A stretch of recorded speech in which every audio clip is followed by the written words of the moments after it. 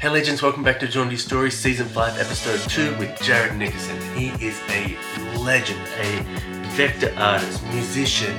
He is a creative director, shoe designer, worked with some of the biggest companies in the world, Brooks and Under Armour, just insane talent level. I have always loved his intricate vector art from many years ago when he did a gallery art show in the design studio that I used to work at, and I just loved his vector. So I've always just been following and tagging along his career just from afar, and I was lucky enough to have him on an interview, and we chatted about how he, his career path, how he got to where he was, about how he uses AI in his work part now and not being so afraid to use it, but also being delicate about how he uses it. The illustration is based on his fun old vector artwork, his massive gorgeous beard, the ideas he comes up with, his band Dead Astronauts, and yeah, if you check it out on YouTube, let me know how you like it down in the comments below. If you see it on Instagram, reach out, tell me if you think I nailed it or not, and I don't know, let's jump into it. Hit the like button so I can keep reimagining these interviews into illustrations. Let's go! Let's go. So are you not in Seattle anymore? Whereabouts are you based? No, I'm actually just down in Portland now. Oh, are you?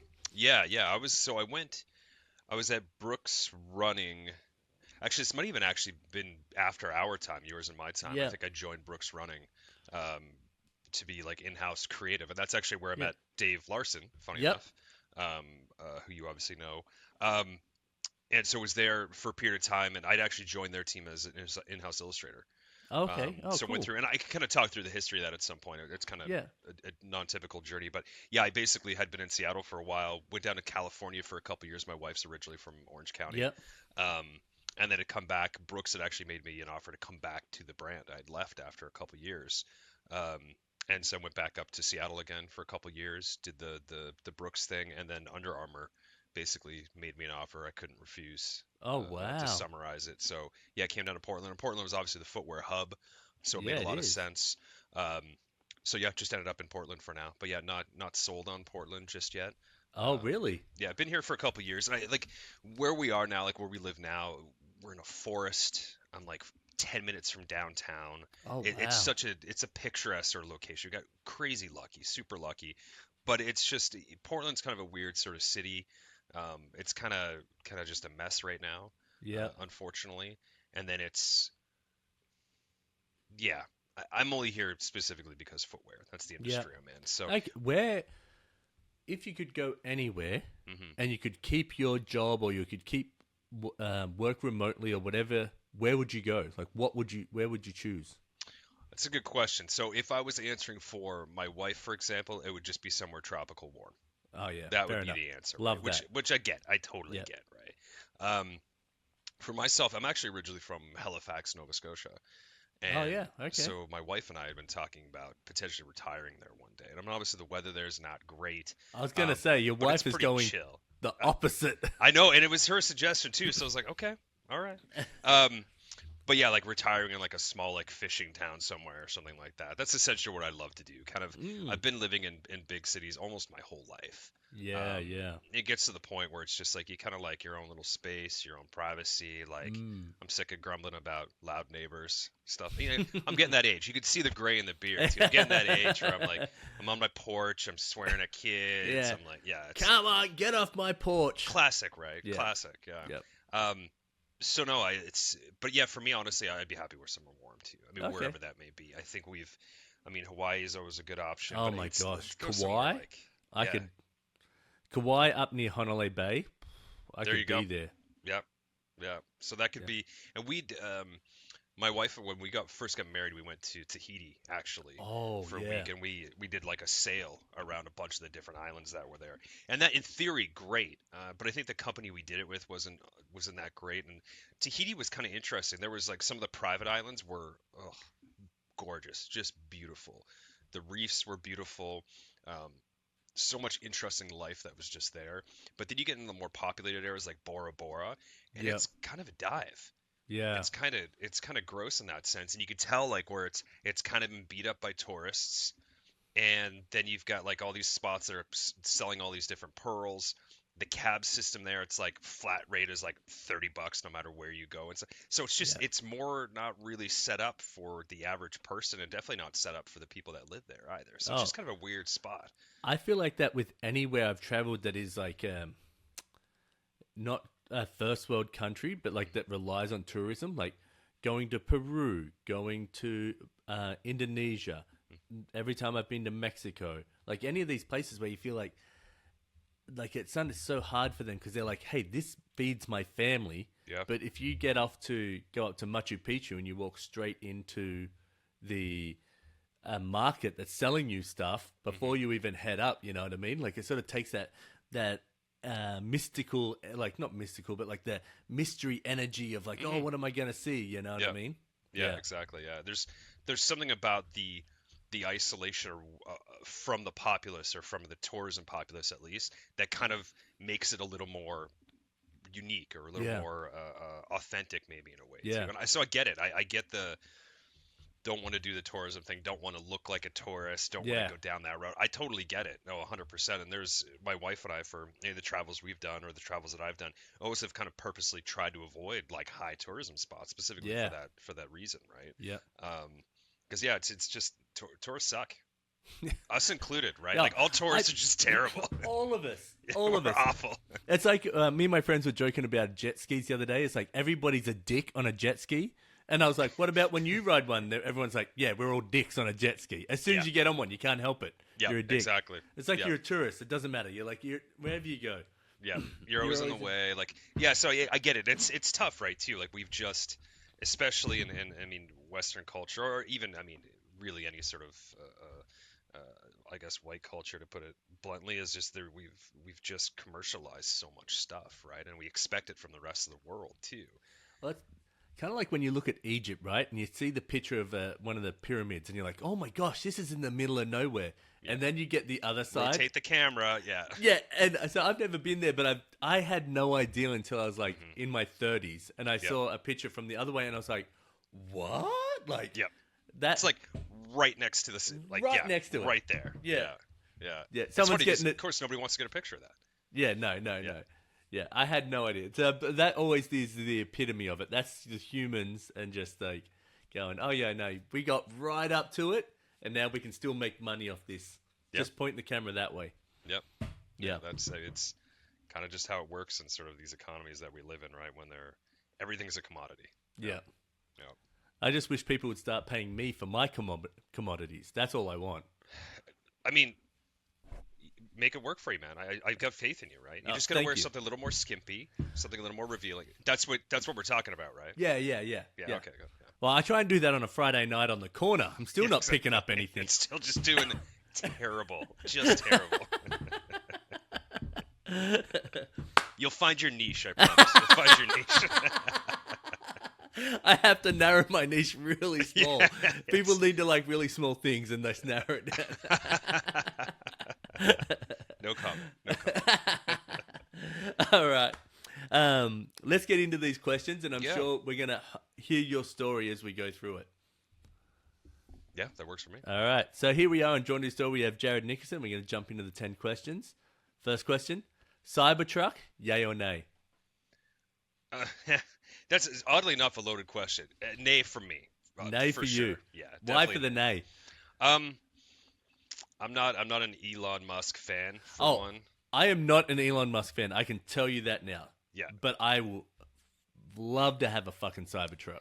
I mean, there's a thing that's interesting about it, that I think polarizing design-wise, the positioning and market-wise, all that sort of stuff. I think there's a lot of smart stuff that were done around this thing. Oh, yeah.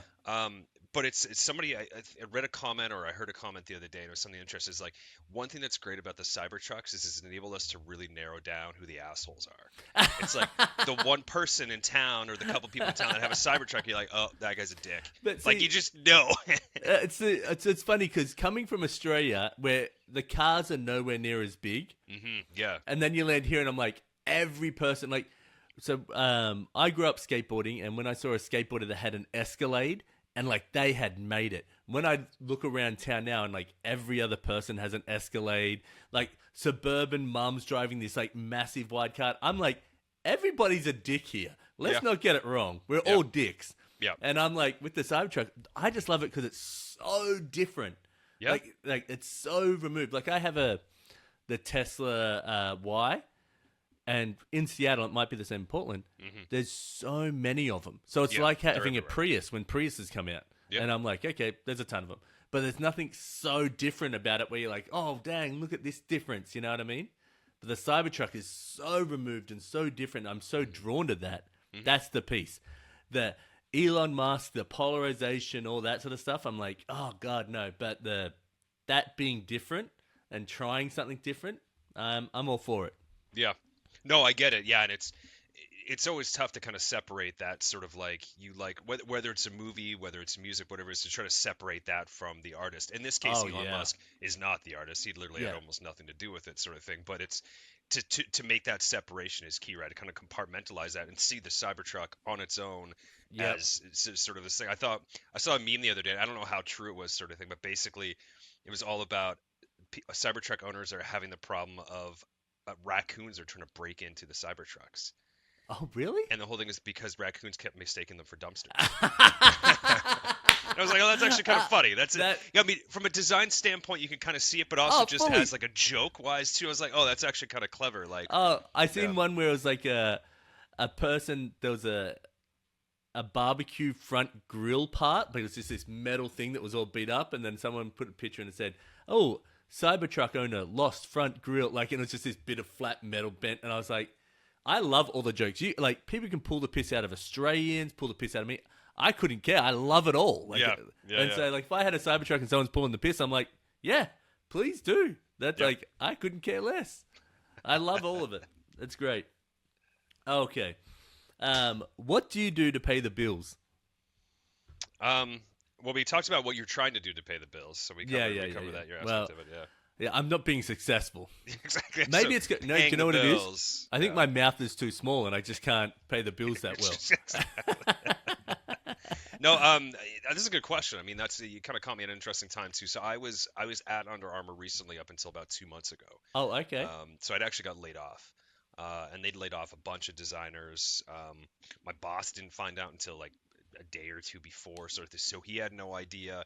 It was just this sort of thing. Nike's going through the same thing. Not a lot, but some of the bigger brands are doing the same sort of stuff, right? Where they're just kind of trimming everything. So then, my role got consolidated basically into 2 lower paying roles, essentially. Can we backtrack a little bit? So, like, you're for people out there, like when you're saying designer at these companies, they might be like thinking, "Oh, you're designing. Are you designing the shoe? Are you designing the marketing? Are you designing the insole?" Like, they have, I don't think, even I don't have a solid clue on what you do. So do you want to backtrack on what you do there and then how you got involved in those companies? Because where I know you from is your incredible vector artwork. And as you know, because I was frothing on it back when, like, what's this, 15 years ago now, maybe? Like, maybe 12? Probably longer, Yeah.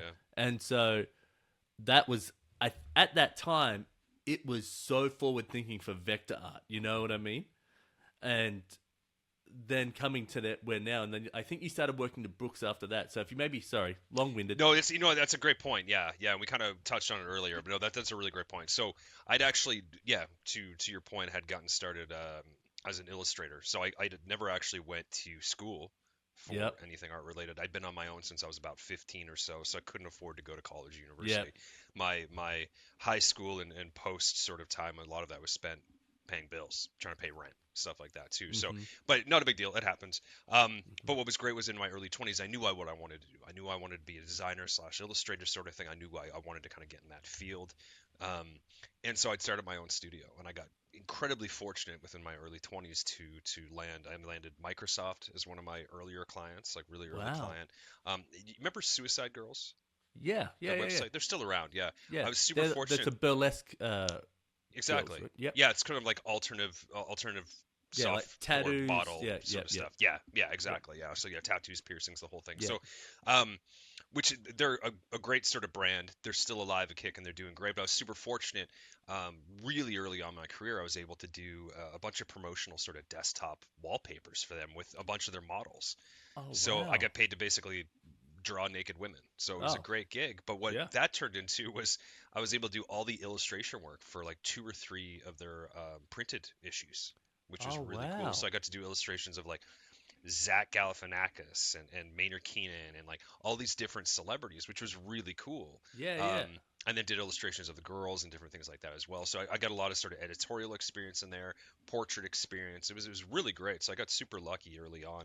And then from there, I kind of cascaded into different clients and stuff. But I did that for about 10 years roughly. And I got pretty burnt out on it. I mean, I was doing, with a small business, you get to a point where you're making great money, you're doing well, but you really need help.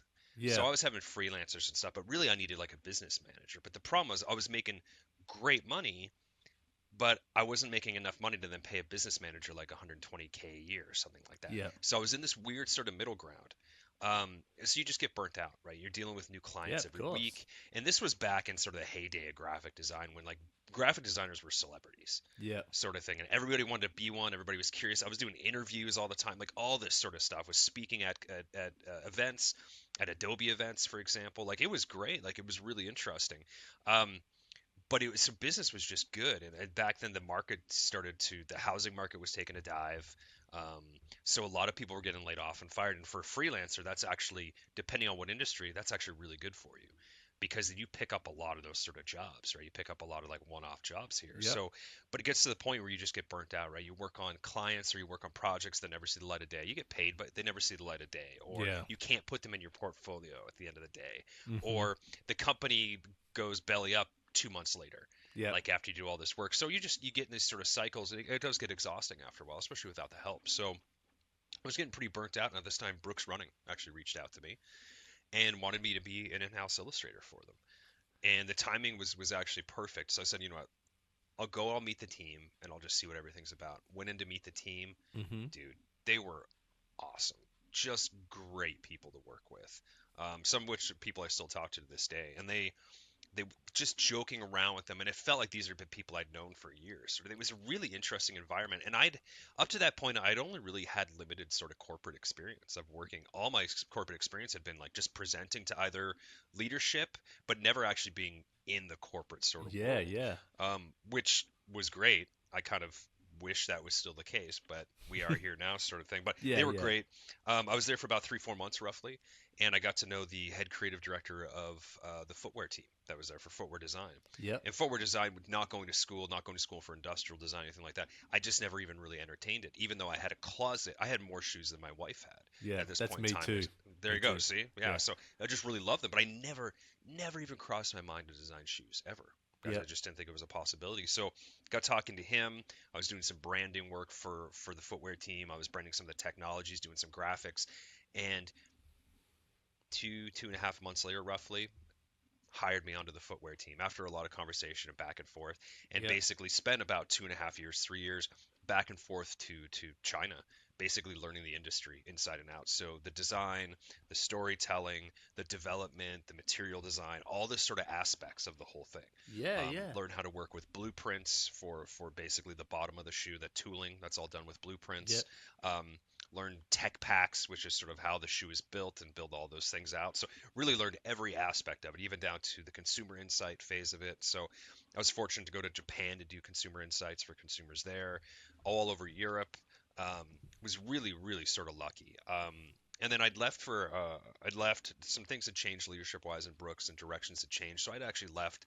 But again, incredible people, incredible talent, people that I stayed in contact with consistently throughout the years. And I moved down to California. We needed a little break. The colder weather was a lot harder for my wife. So go ahead. Where in California? So Carlsbad. Oh yeah, so beautiful. San Diego area. Yep. Yeah. So, and I absolutely adore it down there. Like I would, if the situation was right, I would move back there for sure. So yeah, I ended up California for a few years, and I struggled to find work down there. I mean, I wanted to go back to freelance, but the 3-4 years I was at Brooks, I put freelance on hold. I was still doing stuff on the side, but really kind of put it on hold. So to really pick that back up, really just everything had sort of changed.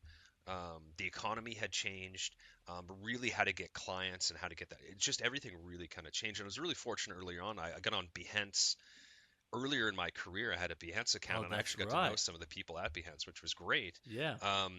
And I got a job where was it? Initially, when I moved to the U.S., I was actually working for a company called LaFraise, who was based in Berlin, a French company based in Berlin, and I was able to work on them while I was in the U.S., which was great because I couldn't legally work in the U.S. just yet. Oh, So it was this wow. whole sort of thing that kind of just really worked out. Mm-hmm. So I basically stayed back and forth between Berlin and Seattle for about 3 years there in the beginning. And I can't remember why I brought them up. Now that I'm thinking about it, there's some reason to bring them up, but yeah, I can't remember exactly what it was, but everything's sort of changed there in terms of just the landscape of freelance and of illustration, of graphic design, all that sort of stuff. So I really struggled. So we moved down to California. I was fortunate enough. I did freelance work with like Nintendo and Blizzard and Sony PlayStation and all these, but it was just a real struggle down there. I couldn't get like a job. Do you know what's funny? Is Hmm. I worked for Nintendo. I wonder if you were doing stuff when I was working, because after design commission, I went and worked for Nintendo. Oh, I didn't know that. Oh, Yeah, cool. yeah, I was there Oh, for very about cool. 6.5 years doing web design In Seattle?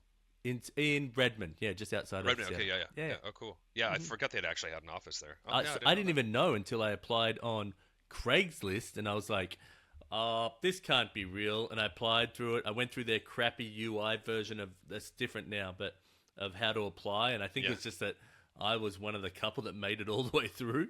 Oh, funny. Yeah. Oh, that's cool though. I So- mean, 6 years though. They obviously had some value there. Yeah, it was They pretty keep you fun. around that long. Yeah.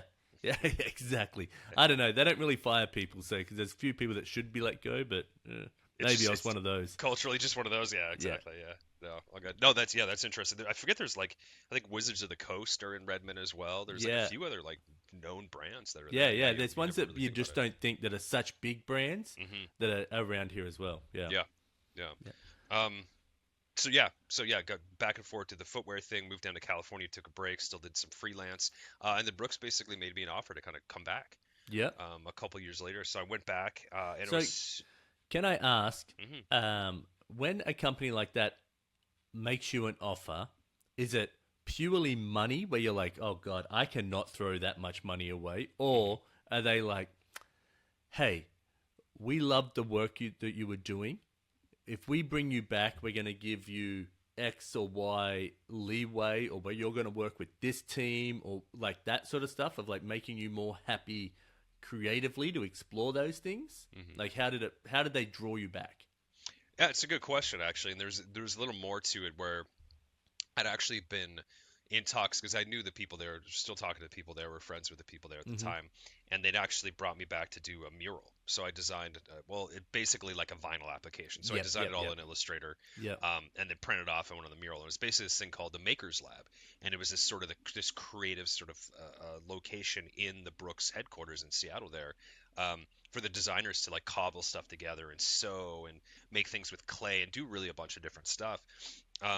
And really branded the whole thing. We got like lab coats with the logos and stuff on them. Oh, And I that's did cool. this as a freelancer. Yeah. And then I was also doing some graphic stuff for them in footwear. And then that's when the offer sort of came. I'd been traveling up for something with it.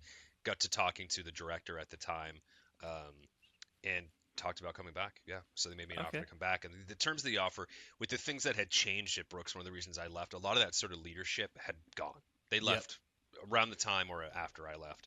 Yep. So that was out of the way, which was nice. And there was a lot of sort of promises to sort of come back. And I was in a unique situation too. It's like I had the experience at Brooks, I had the reputation there, but I didn't have that anywhere else. So for the people to hire me as a footwear designer was really a long shot because I just didn't have the experience of it. Then I had Oh. X amount of years experience with graphic design and illustration, Yep. but at my age, I maybe had 4 years experience of footwear design. So Yep. it's just a little tougher to do. That seems like a long time though. think Especially it since would be, you're yeah, you're but I so mean- in the mix of it. You'd think, yeah, I think part of it to really get the title and the pay that you'd want, though, at that level, is Yeah. you would need a little bit more experience for sure. Mm. So it was a good opportunity to come back, get a lot more experience, and I was fortunate. I was able to 3-4 years there worked on the top selling technical running shoes in North America, Oh, cool. which is bonkers. It's Yeah, crazy, to yeah. be able to get that opportunity. So I went from not having the schooling, not having the training, and then really going to that where I was working on basically flagship models for this brand was really fortunate. I was incredibly lucky to get Can, that opportunity. Hold that point where you're in the story. Mm. I just have a question on the schooling versus non-schooling. So obviously you would have worked with people that had the schooling, right? Mhm. Do you feel that you having the non-schooling gave you a way to look at the problem, project, or execution in a different way and ask questions differently than someone would come in because they've got the rules built into them? Mm-hmm. Were you is that the perspective you're allowed to do, or did you have to catch up and get in line with their schooling? I mean, to be fair, both. Yep. Yeah, it really is both. I mean, essentially, there's part of this schooling that comes into play that really sets you up in a way to kind of go through projects and go through phases of stuff and reviews and things. But it doesn't really set you up for really the hands-on practical stuff, like working on tech packs, working on the storytelling in terms of how that works within a corporation that has business needs, and dealing with different people with agendas and the political sort of. So there's so much of what we do as a footwear designer, what I do as a footwear designer, that's not even design. Yep. It's really all the politics, it's the managing expectations, it's all the stuff outside of that, which you obviously know, right? And that's for any designer. So annoying. Any designer, everyone's got an opinion about design. All the coders back there, that someone's got, they come over and be like, oh yeah, good job on the coding there. The website works great. And you're like, hey, that blue is the off shade of blue. And you say, that's the actual hex color that we have to use from our branding. So I don't know what to tell you on that. Maybe your color on your screen's off. You know what I mean? It's just everyone's got an opinion. Yeah, and that's always sort of the tough thing with design. So that's really navigating a lot of that extra stuff that school just unfortunately doesn't necessarily teach you. Not saying all schools don't, but just from my experience of dealing with, I've been able to be incredibly fortunate to be able to mentor a lot of designers over the years and be part of mentorship programs and things like that as well. And that's usually the overwhelming sort of response I get, is that there's so much of it that it just doesn't set you up for. Yeah. It really kind of checks a lot of the boxes, and that's, I think that's culturally a North American thing to some extent in the education system here for sure. And then some of it's just like there's only so much you can prepare people. Wow, I was going to say, with designers, I feel like you have to be willing to just like take so much feedback, and you've got to not be personal about it. Like you're having a shitty day at home or whatever, and you're like, fuck, I just don't need one more person telling me anything. You know what I mean? And you have those days. But for the most part, you just got to be able to go like, bing, bing, bing, like taking all the shots and just like ricochet them off and be like, okay, I heard your feedback. Let's make an adjustment and get through it without being like piercing and get like hurting every time. Yeah, and it's a good point, right? There's a lot of it that the ego's in play, for good or for better or worse, and there's a lot of it of just sort of compartmentalizing, right? Like it's really not taking things personal. But there's the other side of that, is that people need to also know how to give feedback, right? And a lot of people don't know how to give feedback. So it actually, in that feedback phase, it becomes personal. Yep. And that's when it's like you got to look at the feedback and not necessarily who's giving the feedback, or in some cases you got to look at who's giving the feedback and not the actual feedback. It's just a lot of stuff you kind of learn along the way, which is interesting. But one of the designers at Brooks at the time said something really interesting to me, and I was doubting it because I came from a graphic design background. Again, I didn't come from doing 7 different orthographic views at different angles of stuff. It just wasn't my sort of background or training, right? So there's a lot of stuff I had to kind of work around as I went and practice and all that. But one designer said something really interesting to me, and he was at Brooks. He just retired, I think, in the last year or so. He had been at Brooks for 30 years, roughly. Oh, wow. Crazy enough. Good guy, really creative guy. But he said something really interesting to me early on in my career, and he's like, it doesn't matter what you're designing. He's like, if you have an eye for design, then you can design it. And I thought that was kind of interesting. It's like, it doesn't matter your background, it doesn't matter your training sort of thing. If you've got an eye for design, you know how to execute on something, then you're good. That's all you need. And I always thought that was kind of interesting, especially coming from him, who his generation especially came from a very traditional, like, you go to school for this, you do this for the rest of your life sort of thing. And how open he was about stuff. And it was just basically like, no, like if you've got an eye for design, then you can basically design anything. I like that. Yeah, and I was like, oh, it freed a bit of the pressure on myself too. Oh yeah, right? I could see that for sure. Which was nice, yeah. And there was a part of it. With that in mind, though, there was part of it where there was a younger a designer at Brooks at the time too, and she was kind of having struggles as well. She didn't come from a footwear background. Started in the color team, was doing graphics, a bunch of stuff, and then eventually got into footwear design, which I think is a great journey to sort of take. But I think she was struggling at the time too, of just not. She was seeing a lot of the other designers. They were doing all these different orthographic views and exploded views, and really just were thrown out tons of content, and she just didn't feel like she was at that stage just yet. And I told her that it's really, it just takes a lot of practice. It takes a lot of showing up. Sometimes it means just presenting a lot of ideas.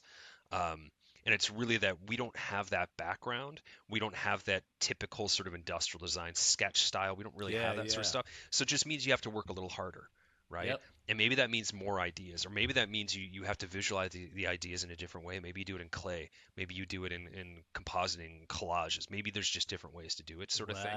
Okay. But it just meant that you just have to work harder to prove yourself at that point, but then also get that same sort of idea and output, because you didn't have that specific training in the background. So, yeah, it's a different journey, and the journey that I took and taken in footwear design is not typical at all. That just doesn't really happen. I got really lucky that I had a creative director that took a chance on me, and I was really lucky after I left and then came back, I had another creative director that was taking a chance on me too, because it's just not something you just like, you know what, I'm going to be a footwear designer today. Yeah. It doesn't really work that way. But again, I've been incredibly lucky and fortunate that that's how it worked out for me. To show how lucky it is, let's say, there's Nike, Under Armour, like Brooks, Adidas, Puma, like there's a few like skate brands, like Vans and stuff like that, right? Yeah. But there's a bunch of shoe brands out there. But how many shoe designers do you think there are? Like, that's a good question, and it's because you get smaller brands that'll hire freelancers or hire people as well. And there's a ton of smaller brands out there too. Yeah. But it's a great question. I wouldn't even be able to guess at how many. What was the turnover like when you would work at these companies? Brooks wasn't too bad. Brooks was usually pretty good. They do a better job now, I think, of keeping people, but they did a decent job back then. So the turnover wasn't as crazy high, but you did definitely get some, myself included. But then you have a place like Under Armour where the turnover is just, it's insane. Oh, okay. There's so much turnover. And so there's enough shoe designers out there where you can fill these spaces. Oh, yep. Okay. Yeah. Yeah, and especially now with all these layoffs. Oh, yeah. That a lot of functions are getting laid off, especially in the sustainability realm and within the consumer insight realm. Yeah. A lot of people are getting laid off. But on the design side too, I mean, when I got laid off Under Armour, 8 other designers got laid off. And then my boss got laid off a couple weeks later as well. So they purged a lot of people, and it was a lot of those were designers, were creatives, and Nike's going through the same thing as well. And there's departments of Nike that haven't really been touched by the layoffs, but almost every department has been, and a lot of the times it's designers, it's people going through that sort of creative stuff. And I think part of it's the value of creativity and art is hugely undervalued in the U.S. U.S. for sure. I mean, internationally, I'd say to some extent, but specifically the U.S. for sure. It's not part of the culture here. It's just, even though everybody takes advantage of it and loves music and movies and TV shows, and it's literally brings light to your life, it can change your mood, it can save your life, people put no value on it. You look around any of the background of anything that was in the background here, of yours and mine, even with that shelf, someone had to design that shelf. Someone had to design that box behind you. Someone had to design those weights. Yep. There's all of that, right? Everything. That had to do any of that. And I tell people, like when I'm teaching art lessons or anyone asks me about this stuff, I'm like, everything around you has been touched by someone creative, except everyone thinks this just happens to come from a big store and whatever.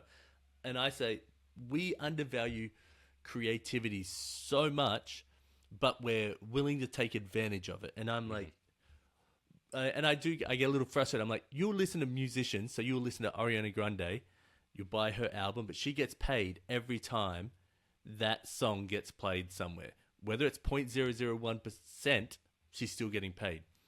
If I write or illustrate a children's book and you go and buy that and you read that 1,000 times to your kids, the illustrator or the author doesn't get paid every time you read it. You know what I mean?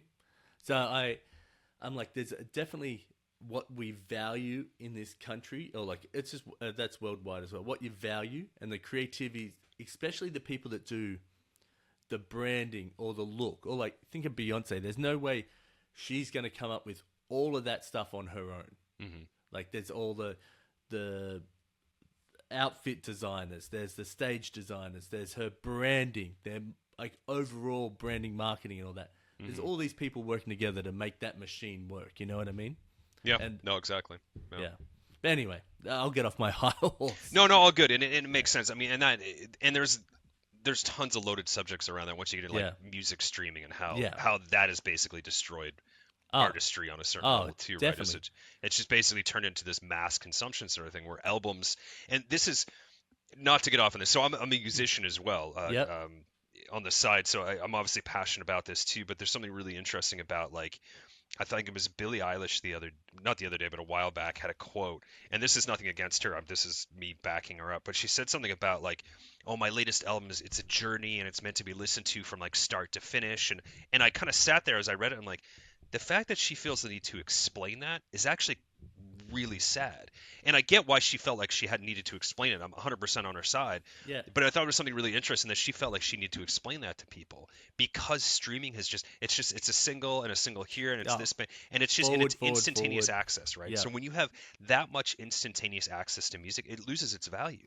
It loses its thing. You don't have that journey of listening to an album, going to buy it or buying it online, and listening to it from start to finish. Because that album layout, that track list order is very finely curated and thought through. Like that is a journey, right? Yeah. So to not get that, and it depends on the value you put on music, what you use it for, etc. But it's really just become more of a background element now, as opposed to like an experience that you want to be part of. Well, I remember, like I was just telling my kids the other day. I had a Discman, and I would always go and buy big, oversized headphones like this from like a what do you guys call it here?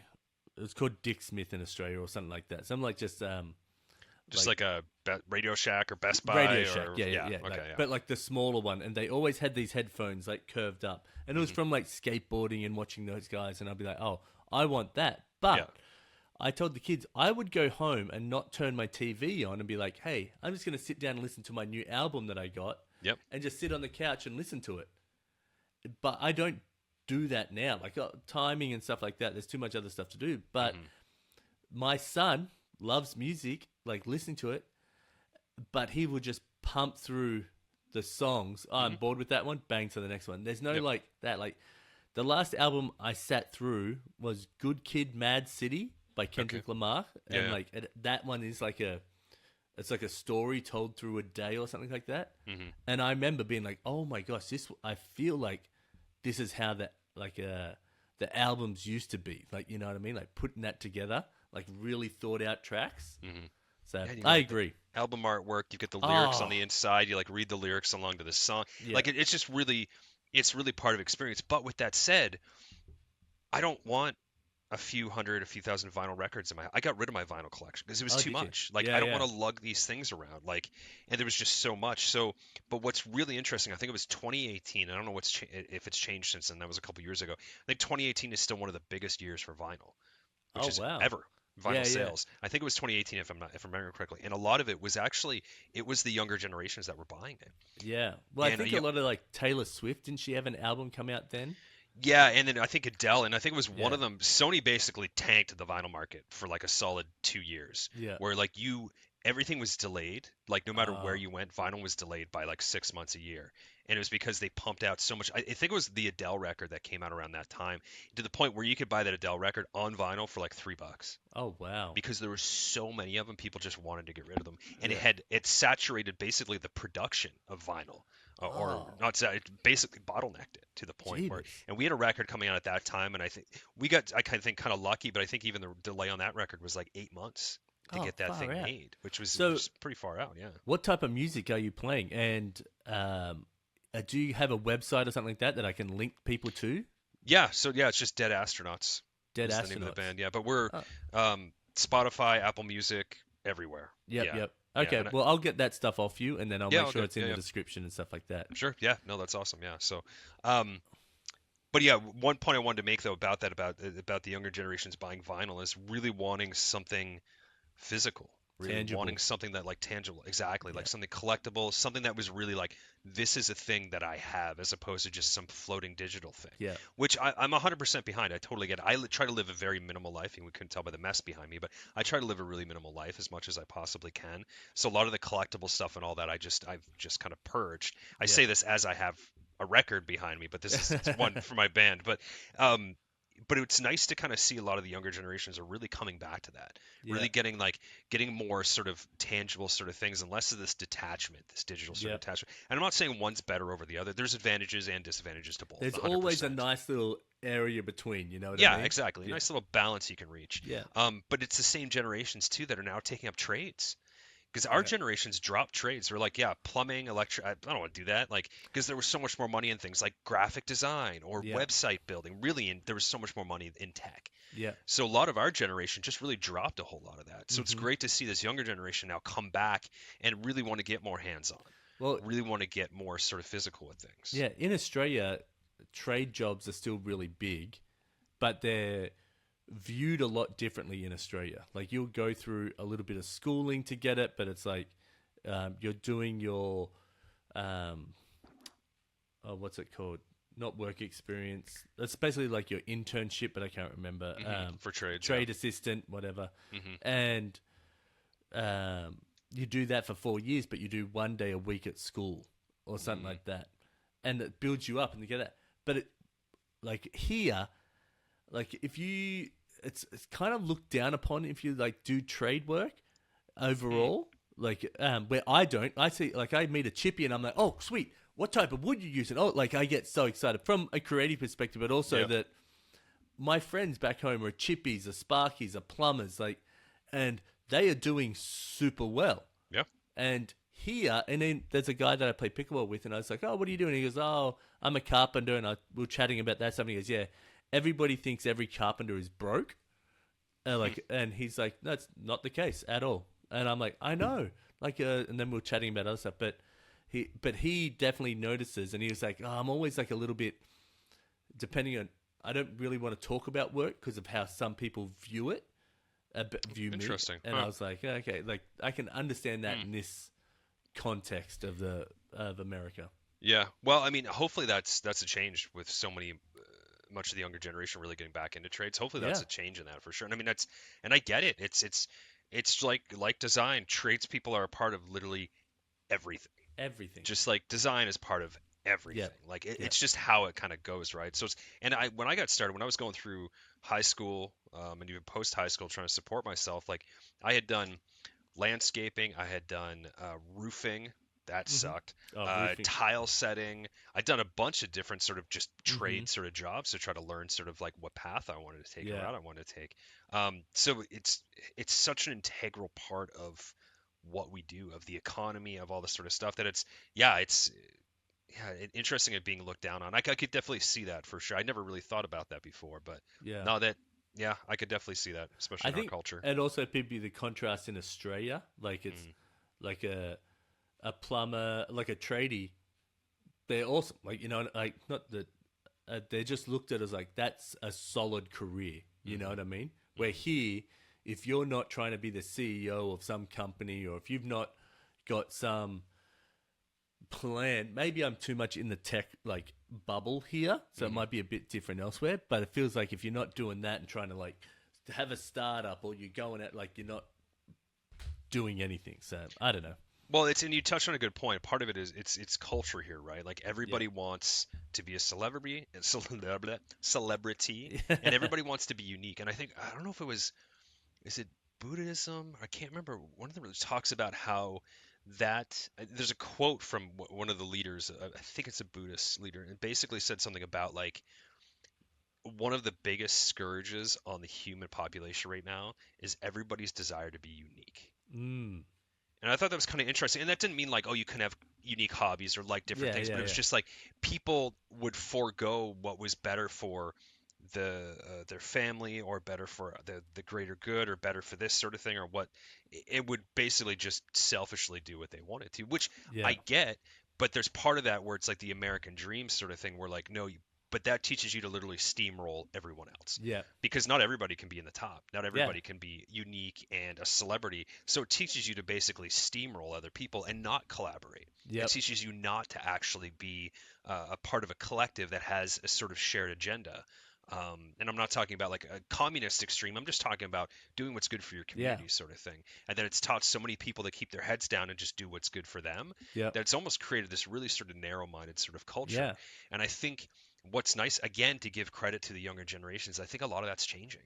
I think a lot of that's really, I remember a lot of consumer insights that were done for Under Armour, for example, were really about like kids these days are really more and more concerned about what's best for the team, what's best for protecting their health so they don't get injured, so they don't let the team down. Yep. Like it's not as much about like being that one unique celebrity that rises above, and that's obviously still a thing. It's obviously very necessary, especially in things like sports and things like that. But that really the younger generations, they're more concerned about what's best. They're concerned about sustainability. They're concerned about brands and how they're focusing on sustainability and how they're addressing that, as opposed to just being like, oh, I want a Nike shoe because everybody else has it. It's more so like, well, why does everybody want Nike? What's Nike doing to satisfy them? How are they helping the community? And it's really a bigger sort of thing. Yeah. So I think a lot of the younger generations are becoming more, I think, empathetic in some ways, but more conscious of really what everybody else is doing and their impact on what everybody else is doing.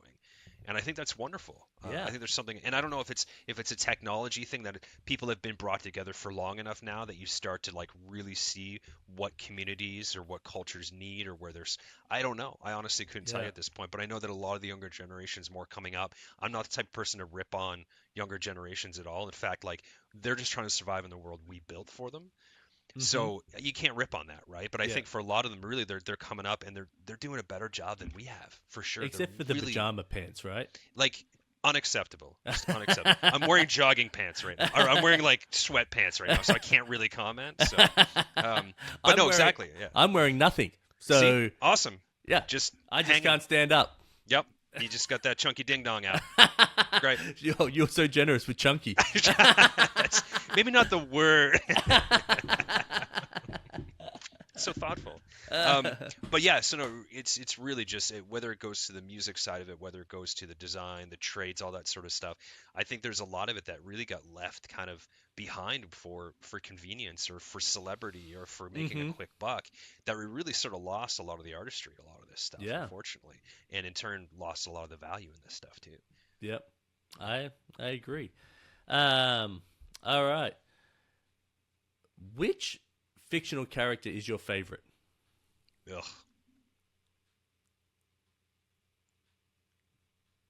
Oh, that's a loaded question. You know, if only I had these questions beforehand. Oh, I could have prepared, Matty. This is I offered it.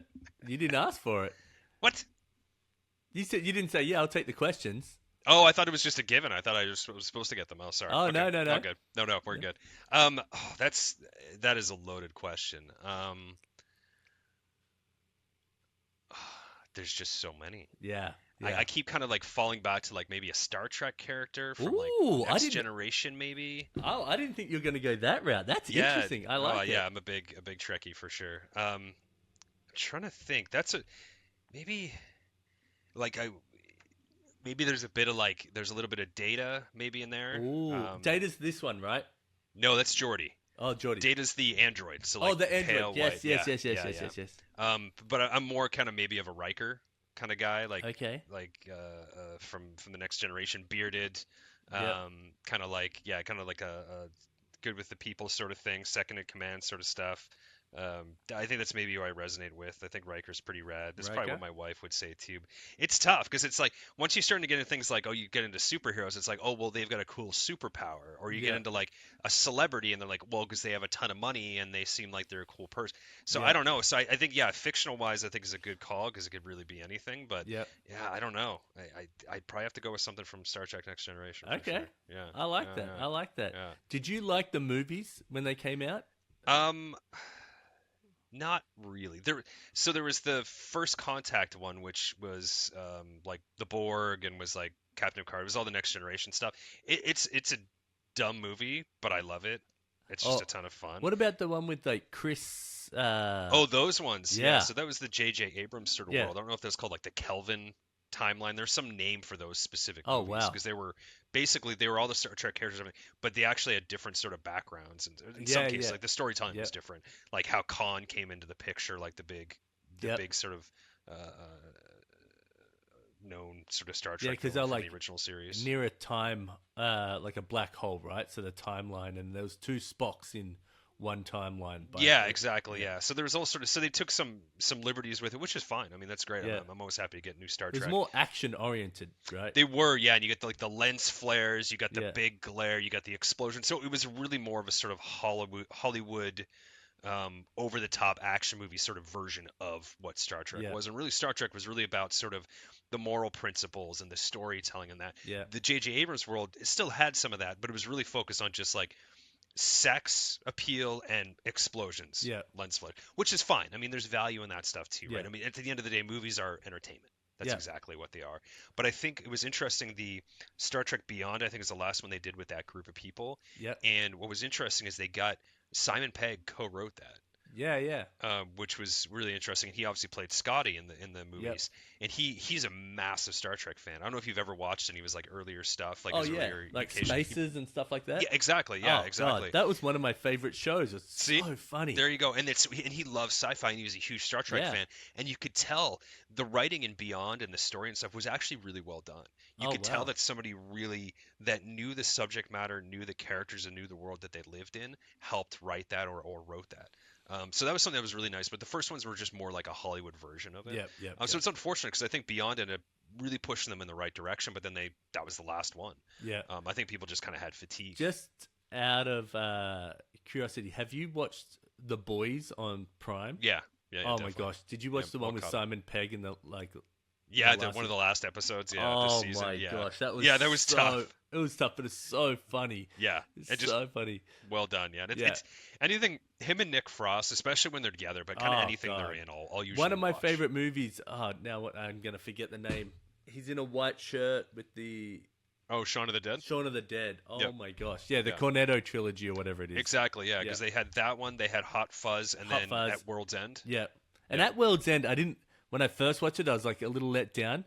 But then when I rewatched it like a couple of years later, I was like, oh yeah, that was really good. Yeah, it's a great rewatch for sure. Yeah. Yeah. But anything they're in, I'll watch for sure. Yeah, But no, did a good job with those. Yeah. very much do. What do you do for fun? Right now, job searching, but that's not fun.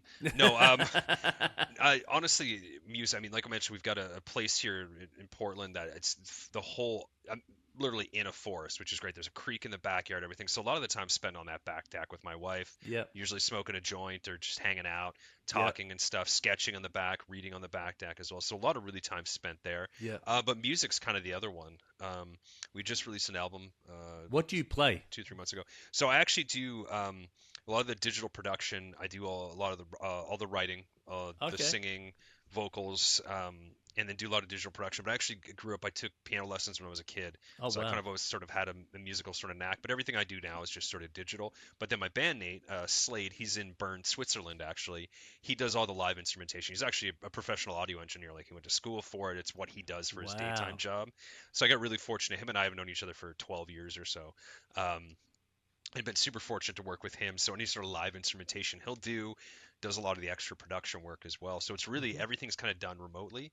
And originally when the band started, this is when I still lived in Seattle, early days of Seattle. I think actually, that gallery show where we DC there we originally met. I think shortly after it started a band, and it was originally myself and Haley.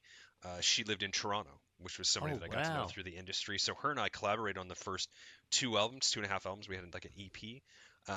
And she did a lot of the production, a lot of the singing, and we would send files back and forth, and we'd broadcast online and listen to it and give feedback. So our jam sessions weren't traditional sort of jam sessions, which was kind of interesting. Yep. So, and then from there, Haley kind of went off her own way, did her solo stuff, and we still have a great relationship. She's a great person. Her band's called Mecha Mako, if you ever want to look it up. Really cool, sort of eclectic electronic pop sort of stuff, but really interesting, really unique. And there's not really a lot of people out there doing kind of what she does. She has a really nice sort of sound. Yeah. And then we got Florence Bullock on board. She's part of our solo act called Glitbiter. She does Okay. some really cool stuff, really interesting stuff, and she did vocals for us, like our not this album we just did, but the one before. So been really great to just be able to get a lot of people sort of in and rotate through and Yeah, stuff. yeah. And then this last album we did, she was on one song, but the rest of it was all just my vocals sort of thing as Oh, well. So wow. really kind of just changing it up. But it was before it was more of a duet sort of thing where all the songs would have male female vocals. That Yeah. was sort of our approach. But the genre we kind of focus on is more kind of like new wave sort of stuff, dark wave, Okay. post-punk, goth sort of stuff. So it's really a Yeah, little yeah. darker. Maybe think of like Depeche Mode, New Order, a little darker New Order sort of stuff. Yeah, yeah. Is really the focus that we've been on. And that usually takes, if I have spare time, I really try to focus on the music. It's really good.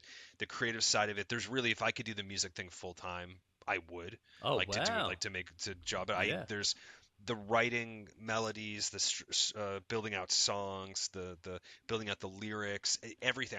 I love the whole process. It gets me more excited than anything else creatively. It Yeah, does. yeah, yeah.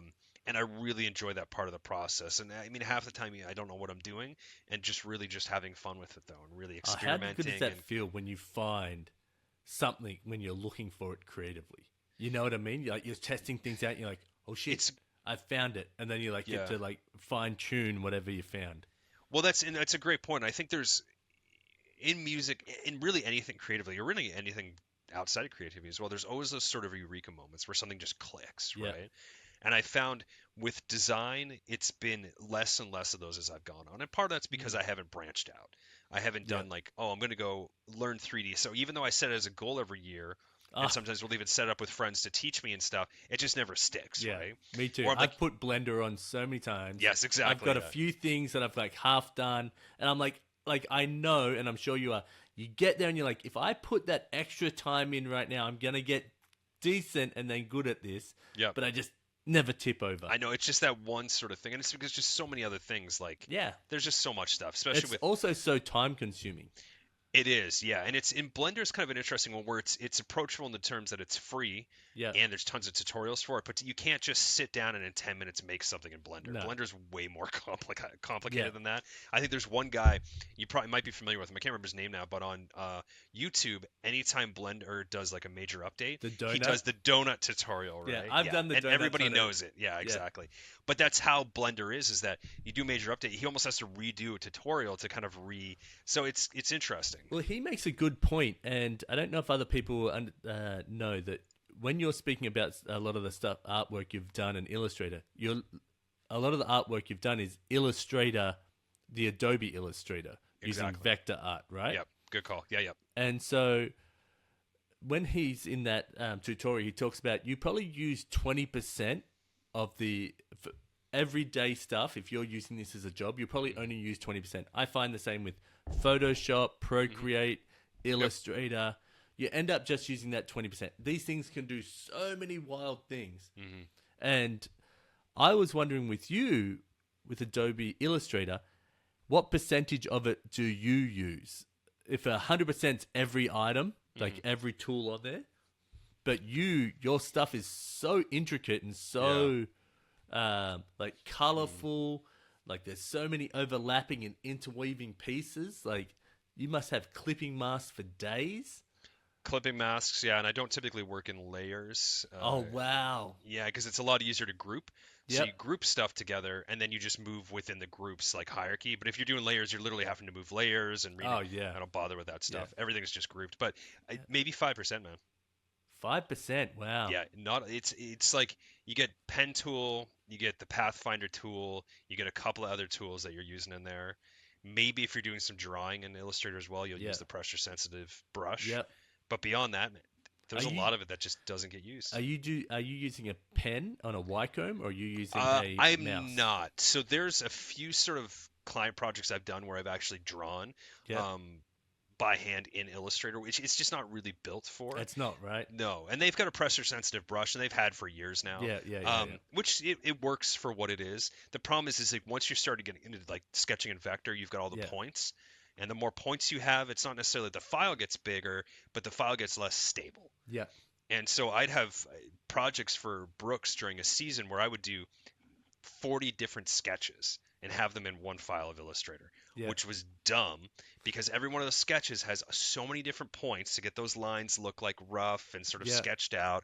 And then if you have any blending effects, you have any sort of like custom brushes on there for like renders or texturing, and then suddenly you've got a file that's maybe 20 megabytes, 30 megabytes big, which for vectors, that's a decent size. Yeah. But it's the most unstable mess in the world. Like I remember I had beginning of one of the seasons, the design phase at Brooks, and the design phase is usually about 2 months roughly. Yeah.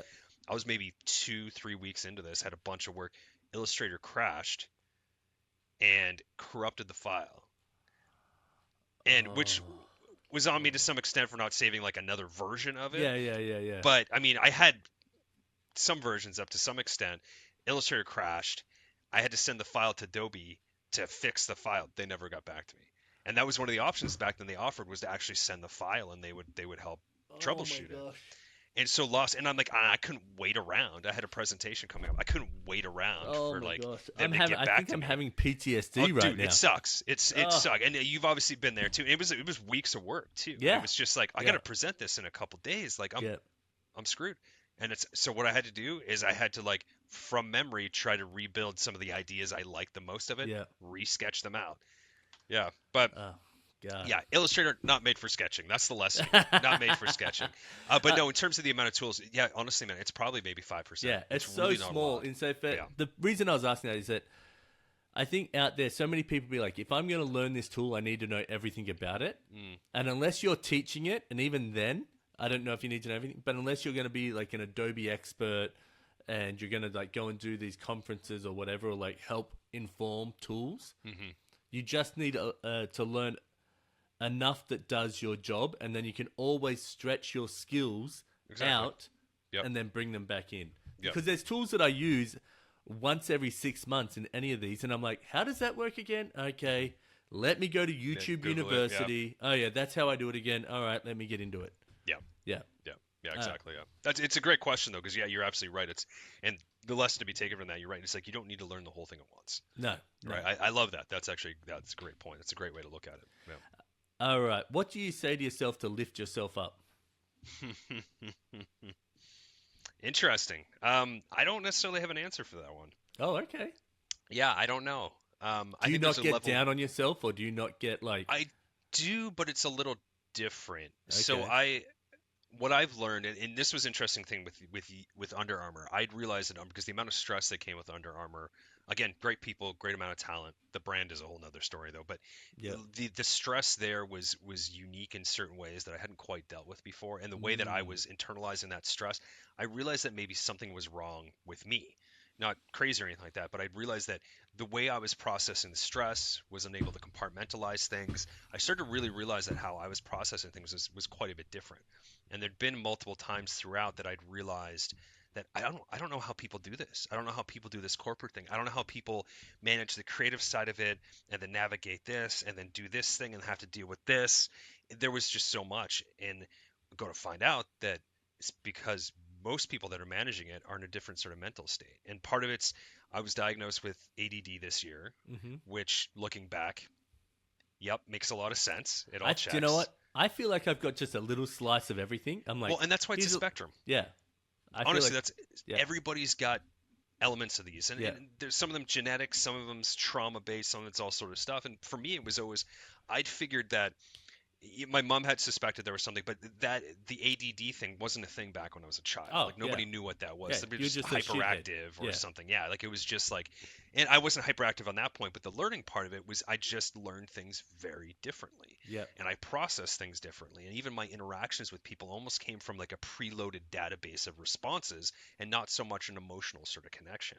And so I kind of figured a lot of these things out as I was going. So the part of that with UA, I realized something was wrong when I couldn't seem to understand how to work around some of this stuff in my head. Ended up getting diagnosed, saw like a therapist, did all this sort of stuff, did ketamine treatment, which we could talk about that later, but incredible experience. I had done it recreationally in my 20s, but had never done it on a sort of therapeutic level like I did. Wow. But I can tell you about that at some point. But that was really interesting and eye-opening too. But really, from being on my own since I was 15, and really just the whole thing of always having to pay bills. Really, I was in survival mode, and I had been in survival mode even up till now. Really, you don't really quite shake that. And so, really being able to settle down and enjoy things, excuse me, celebrate the wins, all that sort of stuff are just things you don't really typically do, or at least I wasn't doing in that mental state. Well, you always, if there's a win, you're like, well, when's that shoe gonna drop? You know what I mean? Exactly. Or it's like, oh, what's the catch? Or it's like, oh, that's great, but I got to worry about this next thing, and it's not really living in the moment. And so when you get in that flight or fight sort of survival thing, you really don't appreciate the things that are immediately around you at that time, and unfortunately you don't notice everything either. So with ADD already, you're processing about 42% more information than the average person is. So your brain's constantly firing, and the problem is that information you're processing it, and where it is maybe for the average person, the neurotypical person, or however you want to put it, that image or those three things they're processing, they're in focus. We're processing 6, 7 things, and they're all blurry. Oh, I literally do this sometimes when I walk into a room. I'll feel my eyes widen, and I'm like trying to catch all the information that's around. Interesting, yeah. And I'll be like, and that over the last couple of years, I've definitely noticed that, and yeah. So I mean, and everybody's going to touch it, right? There's obviously extremes. You get into like some extreme autisms. You get a lot. Everybody's got a spectrum of things, and really, it's caused by like genetics, trauma, so much stuff. But really, just our bodies. We're inundated with so much, bombarded with so much information on a daily basis, where it's like, I agree. Before you lived in the wilderness with your family of 4, and you're really was just survival. You're really cooking, you're hunting, you're building part of the lodge. It's really just these survival sort of instincts, but you really have a lot of time as well. You got a lot of time in between. Our decompression time is just filled with more information, more data, more processing, more arguments on Facebook, or more bad news, whatever the case Even it is. the doom scrolling. Like, I feel like sometimes I'm like, I literally said, my wife and I were sitting on the couch, and I'm like, I'm so tired. I'm just going to go lay in bed and doom scroll before I go to sleep. Like, I literally said that. Like, that's and I feel like that's what a lot of people do these days. So they're like, almost everybody does. I'm zone out, and I'm just going to do this.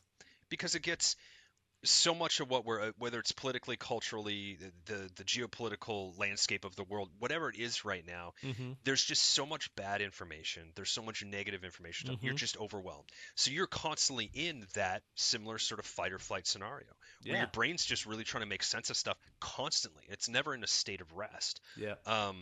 And so it's really tough. And so for especially you get people with ADD in that, it's amplified even more so, right? Because then it starts to get into the dopamine level of it, where you need those dopamine hits. Your baseline of dopamine, it gets higher and higher and higher over time, and it's really about lowering that. Because what happens then you want that Instagram story. You want to click on that link. You want this achievement in a video game. There's always this sort of instant sort of gratification that you get, that technology gives us instantly, that you just didn't have 60 years ago, right? That just wasn't a factor. So it's really interesting now. And all this relates back to me is that I've never really, I guess, looked down on myself to the point where it's been like, oh, I'm in a slump, I need to fix this sort of thing. It's always been like, no, this is just part of the process, is getting past this. Like, I need to fight past this because I've got to support a family, or I've got to pay bills, sort of thing. So it's a great point. It's really interesting, and I've only ever really thought about it maybe in the last year or so. So I've had this question in interviews before that I've done over the years of basically like, oh, like, how do you get out of like a creative block and stuff? And it's been a really hard thing to answer, because it's like, well, I don't really have the option to be in one. So you just kind of fight through it, which isn't ideal. It's honestly not ideal. Like, and I think a part of that is because that constant fight, that constant push, you don't allow yourself that time to relax. Like, your brain needs to shut down. And that's the tough part with creatives. And this goes back to a point we were talking about earlier, is that creatives in a corporate environment, we're not built for a corporate environment. The rare one is. And I would say most people in general aren't built for a corporate environment. It's not natural, right? No, it's so far from natural. For creatives, it's really, really difficult, because we are constantly we're creative mode, where you have somebody else that's maybe like logistics, execution, meetings, like all that. We're constantly creative. And so there's a point where you need to take a break from it. You need to back off from it. But if you got to pay bills, you got to pay rent, you got to do all this sort of stuff, mortgage, whatever the case, you got a family support, you can't really take that time to just decompress. It's really just this constant sort of thing. So, and I think that's the state I'd been stuck in ever since I was a teenager.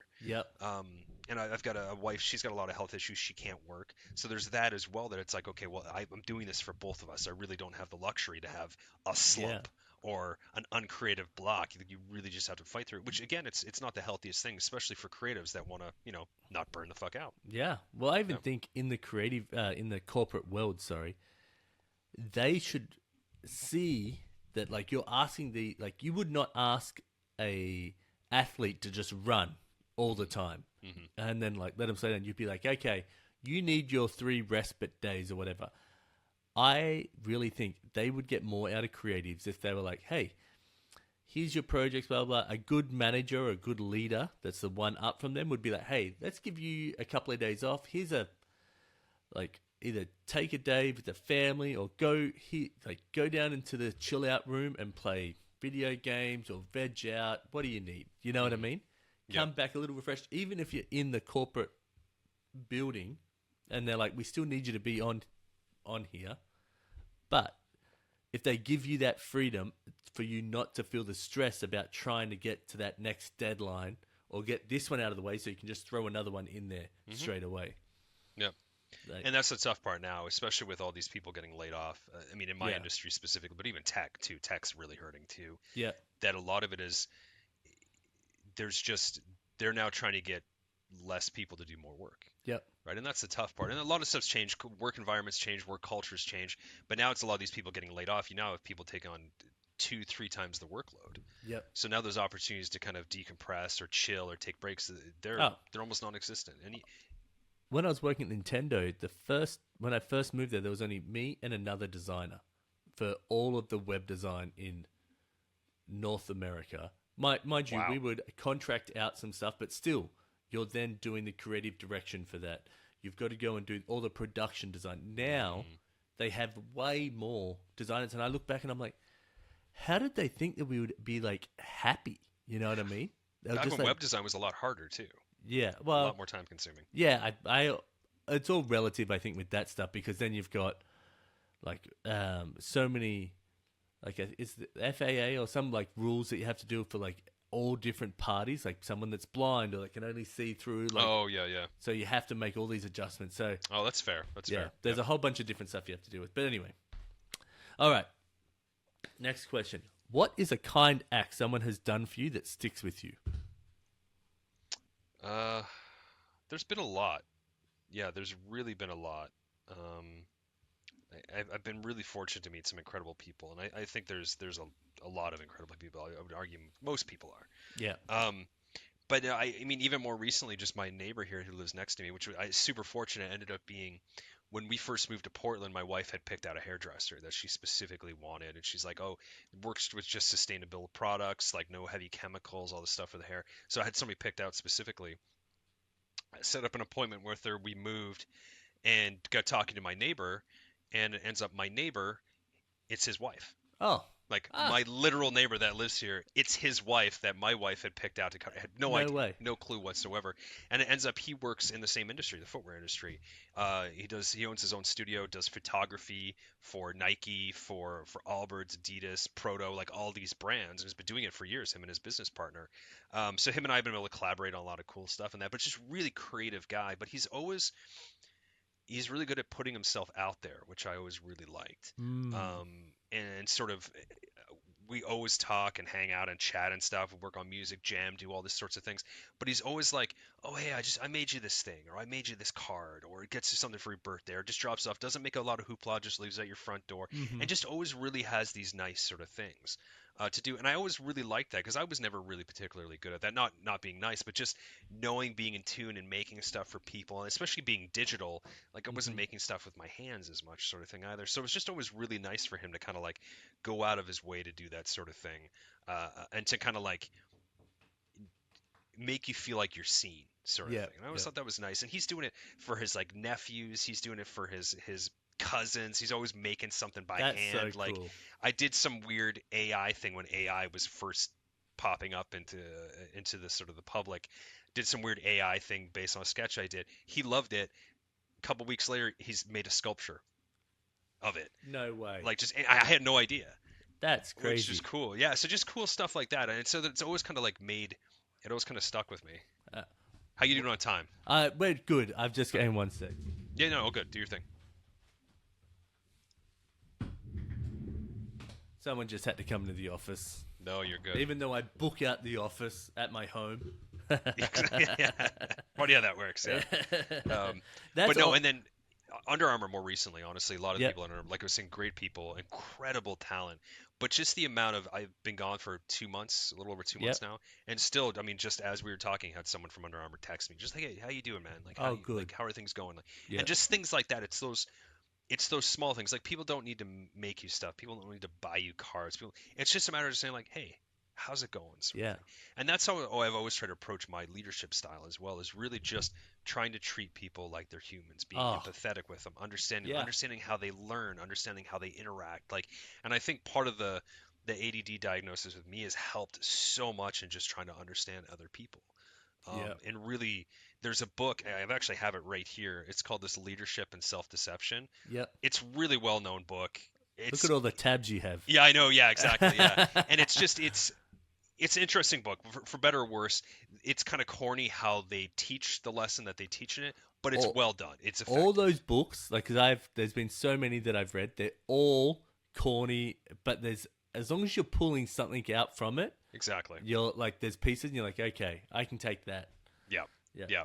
And this book's a really good thing about it. It's this whole thing about getting out of the box, and it's basically just how we perceive other people, sometimes as objects as opposed to actual people. Yeah. Right.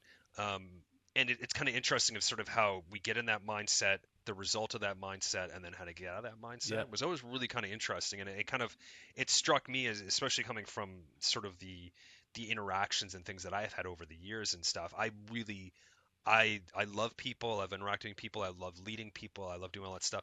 But it actually brings me a lot of anxiety and stress. And I never quite understood why. I'm like, oh, well, I'm a people person. I like people. Why is this so stressful for me? Why is this so like overwhelming and exhausting? Like, I want to be part of the group and help lead the group or be part of executing on stuff for the group, but I don't want to be part of the group because it's stressful. So it's this weird sort of like, and this book was interesting in that sense of seeing people as opposed to objects, because then it's all about like assuming people, what people are thinking. It's all about assuming this sort of thing, this, and then when you treat them this way, that's going to reinforce the thing you don't like about them, which is the reason you're treating them that way, and the reason you're treating them that way is, and so it's a cyclical thing that actually has nothing to do with them. Yeah. Which is really kind of interesting and really has to do about yourself. So it's just really kind of interesting how that sort of helped. I don't remember what the question was now, but no, I think that was a great answer to go around on that. Who is someone alive that you would like to meet? That I haven't met before? Oh, you could have met them, and you're like, I'm stoked I got to meet them. Yeah. The questions are really up to you how you want to answer them. No, there's no hard formula. Rule. You didn't want to break the formula. I didn't want to. Couldn't give a fuck, system. really. I just think that's going to be a good conversation. No, all good. That's another great question. I'm really bad with those types of.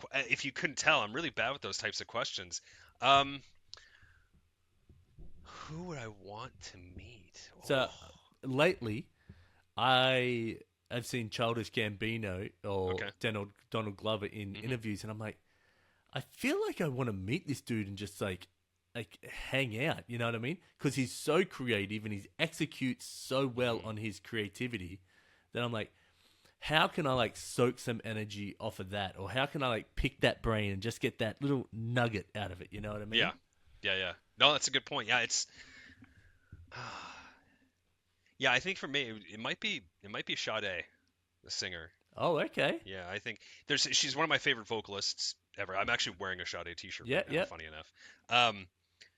But there's just something about like just class, like talent, skill, like there's something about that, like that sort of experience and knowledge and sort of reserved sort of that you learn so much from, really. And there's a level of balance. Like, I feel like I have chaos eternally inside of me with this, but with her, it's like she exudes just this confidence and this calmness. And one thing I always loved with her voice is she was always very, like, she could belt easily, but she always kept it really kind of toned down, and really she knew exactly when to do it. Like, she wasn't doing the vocal masturbation stuff that you get from like Christina Aguilera yeah, or things like that. She wasn't doing that sort of stuff, even though she could. Yeah. It was just very much like very classic, sometimes a little darker, but very just like just on point, like just cool Yeah. as shit.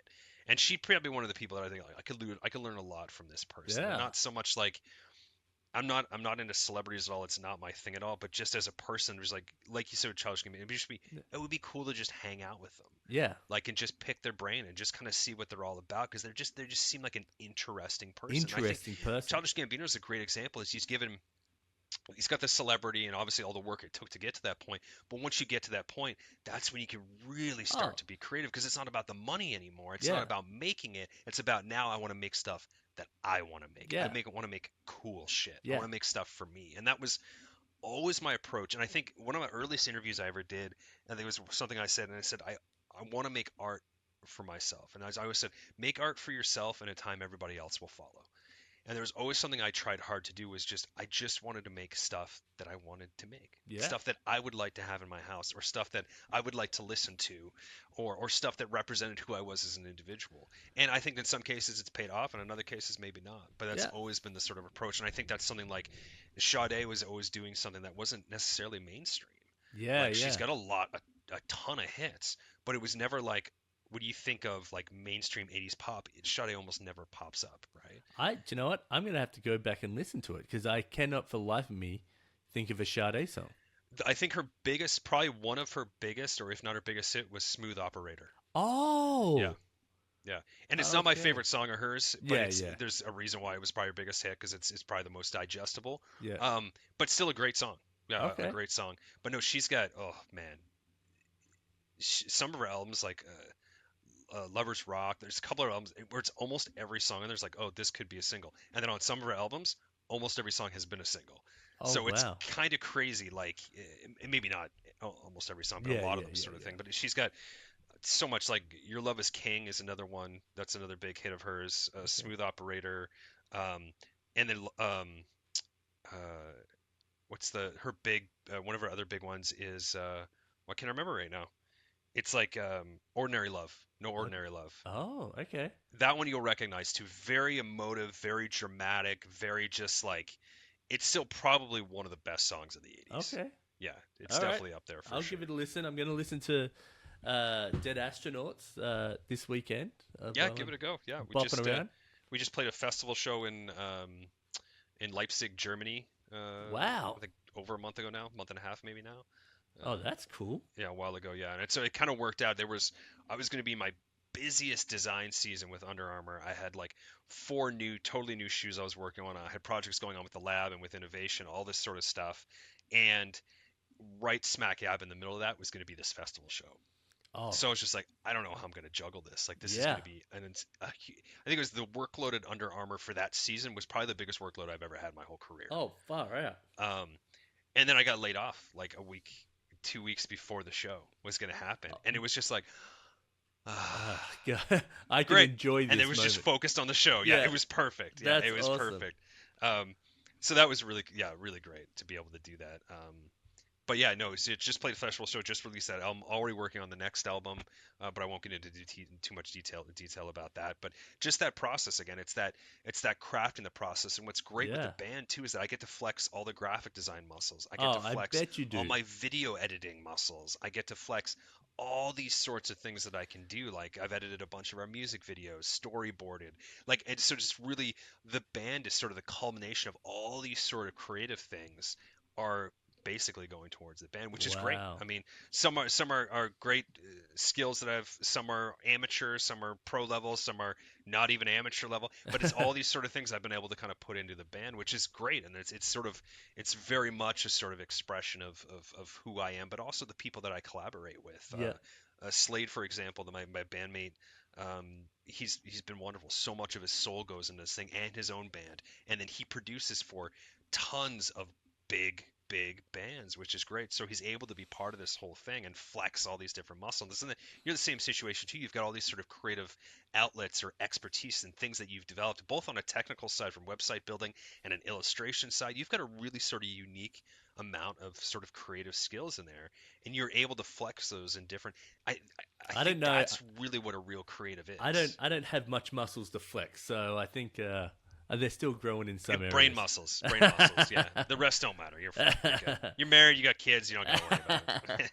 But no, it's really essentially it's being able to do that, and even from the corporate standpoint too. My most favorite moments of corporate jobs has been the connection with other people, obviously, and the collaboration and really that paying off. But it's really when I'm not just sitting in a corner designing. I'm also thinking about the consumer. I'm also doing this over here. I'm expanding, and I'm like, oh, now I'm going to do this animation over here to kind of show like how the shoe's colored up, or I'm going to do, and it's really being able to pull all those sort of creative things in. I think it's always unfortunate when people get sort of narrowed down, whether it's a job or career or it's their own sort of freelance thing, where they're just doing the same thing over and over again, that you really don't get to expand out. I think when we get out of our comfort zone is when we're the most creative. Yeah, I agree. Yeah, I agree. When there's the right constraints and out of your comfort zone, and I feel like that's when you can find the happy medium between those, then you're really because you're like pushing yourself, but you're like, I've got to try and keep it within this box. You know what I mean? And you're finding it. Yeah. It's good to have sort of those guidelines in place, and then knowing how to break them. It's good to know the rules to know how to sort of break them. Right. Which is good. And we talked about this earlier too, is kind of taking that approach from like not coming from industrial design background, but getting into footwear design, is that I approach things very differently. To your point, and I didn't fully answer that question earlier on, but that's because I don't come from that stereotypical sort of background. I come from I don't have that industrial design sort of sketch style that everybody sort of starts off. I don't have any of that sort of basis. It comes from a totally different place, but that's because I was able to flex other muscles to get there. Sort of thing. And it wasn't just like, this is the path we're taking, and then this is how we ended up there, sort of thing. It's like, oh no, that path was like crisscrossing everywhere, and it kind of ended up here, but it also ended up over here and over here too. And there's something kind of beautiful about that. I mean, not only because that's how my brain works, it's kind of that chaos, but it's also just kind of nice to like know that, oh, I can do this thing over here, and I can do this thing, and then wait, I can do this and I can do this, but what if I did this? Right? Like, that's so cool. Speaking my language so much right now. Yeah. One thing is we'll swap emails as well on this, but if you can send me a bunch of like stuff like you've worked on, and I can pop it into the video and just so people can see it. Yeah. Are you still doing your just amazing vector artwork, or have you moved past that creatively? I rarely do it now. Yeah. I did 2 major NFT drops over the last about 2 years. Yeah, I did an NFT collection as well. Yeah. So that's where a lot of that illustration stuff came in. Yeah. But I dropped a lot of it just freelance-wise and stuff. I just wasn't doing the freelancing because I was focused so much on footwear that I just really didn't flex that. And honestly, within footwear, like all the final renders I do, like side lateral view of the shoe and stuff, I do it all in Illustrator. So I do still get to do a lot of that. And I still, some of that sort of chunky, thick outline style, I put into the footwear stuff as well still. But for the most part, the illustration stuff, I just don't do as much anymore. And it's not because I don't want to. It's just really, first of all, it's really time consuming. It's that, the amount of detail that you put in there. A lot of people think having the tool of a computer makes it easier, where it makes it easier to do it, but then also your idea is bigger, and then you've got to use that 5-10% of skill to go, all right, I need to make this work for this idea. Like, it's not like, even when people are like trying to do like AI and write something out, they're not going to get to the point of quality with your fully thought out ideas that you've spent so much time in. You know what I mean? Yeah, and I think on the AI subject, it's kind of part of my advantage of where my style is very sort of crisp and clean and very concise, right? Yeah. So to get that from AI is almost impossible for now, right? For now, I was going to say, for now. For now, yeah, exactly. Until they start scraping your artwork, and then someone like me goes, I want to be Jared Nickerson. Yeah. So I mean, and that's just a reality of technology, right? Yeah. But there's something interesting about like doing the sketching by hand, like digitally, whether it's in Illustrator or Photoshop or sort of thing. There's something really quick and fluid about that. Whereas I had done almost all those major vector pieces, I'd say all of them, with the exception of ones that actually look like they're hand drawn, have been clicking with a mouse. Oh my gosh. And building out those structures like shape by shape sort of thing. That's way more time consuming. It's not efficient at all. No. And that's part of the thing. As I'm doing this, I'm like, this is not efficient at all. But it's like, but if that's the aesthetic you want, that's kind of how you want it. You have to do it. So for me, it was just so much like, hey, I like doing this. I like the end result.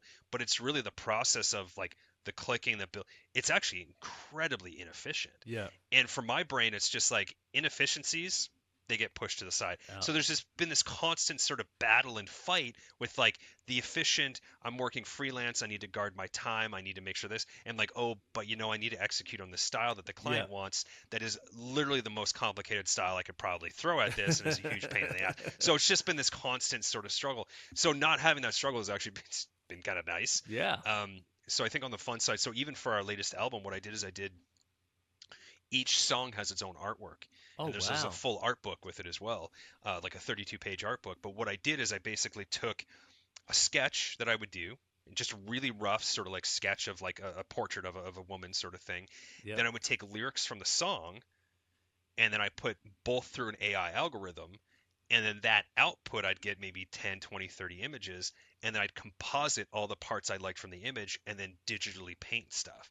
Wow. So it was a combination of Photoshop, Illustrator, hand-drawn through Procreate, and then also Midjourney as well. Wow. And so a little really bit of collage-y, it sounds like. Yeah, but it was still just a singular portrait. So you can do you'll see on some of our you can see on some of the stuff, any stuff you'll follow, like a Dead Astronaut stuff, you can see like each song has its own artwork. Okay. I've got the art book behind me here too, but you can really kind of see like it's AI, but it's not. And so I did a whole explanation too of how that works, of just basically it's using my sketch, my lyrics, and then putting it through AI to build it out, then collaging, compositing it all together, and then digitally painting to clean it up. So just all these stages where AI was part of it, but not the whole thing. Not the whole thing. AI is one of the tools used, not the tool used. Yeah. I'm so torn because there's so much inspiration that we all like gather and we take in. Mm-hmm. But when you're using AI, you're not really taking the inspiration in. You know what I mean? But you're using it as a tool in a part of the process to get. That's the first time I've ever heard it done that way, where you're like, I'm getting it. Here's a part of it, and then I go and do the work here. Yeah, yeah. That's interesting. That's the way that I can kind of make it kind of like AI is scary to a lot of people, myself included. I mean, but that's part of what drew me to it, was just like, okay, this is. But keep in mind, when Illustrator came onto the block, Adobe Illustrator, traditional designers were up in arms. Photoshop came on board, up in arms. So there's always been stages. AI is obviously a little different because you can kind of create something from nothing with very little effort. But if it's used as a tool, so I'll use it in the footwear industry, for example. I'll have like decks, like presentations where I present out, okay, this is the shoe, this is the brief, this is the consumer. But then when I start to build in the inspiration, I'll basically create imagery. So I'm like, okay, I want like a brutalist, a Soviet era building, but I kind of like want like the angles from like a nice like Lamborghini, like a 1982 sort of coutage. Like, what if I combine those sort of things and I can do that with AI? And all I do is I throw it in a deck as an inspiration point. I don't use it for anything else. And then, okay, this shoe, what if this shoe's made for like extra comfort? What sort of world would this shoe protect you from? Go to Midjourney or go to Stable Diffusion or really any sort of disco diffusion. I can't remember what I used back in the day, and basically generate what this world would look like.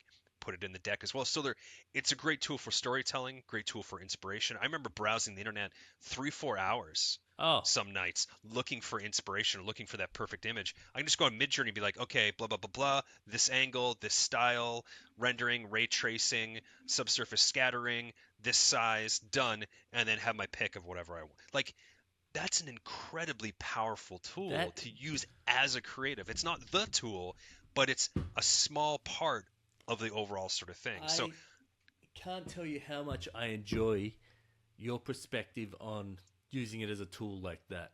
There's another designer I follow online, and he does a lot of logo design, and he actually has quite a good beard as well. And he talks about how he uses it as a tool, not his end result, not his even his starting point for the idea. You know what I mean? here's my ideas, here's my sketches. Okay, let me find some ideas. Okay, that's not really working. That one piece from that and that one piece from there, and I might grow something else out of it. You know? Yep. I love that perspective. I think that's awesome. Yeah, and it's great. I mean, some of these like Midjourney, they've got like a private, you can have like sort of a private account on there, so none of the stuff's shared publicly. So whatever you're doing for a brand, those images you generate, you're the only person, I mean, of course, Midjourney that, but it has public access to it.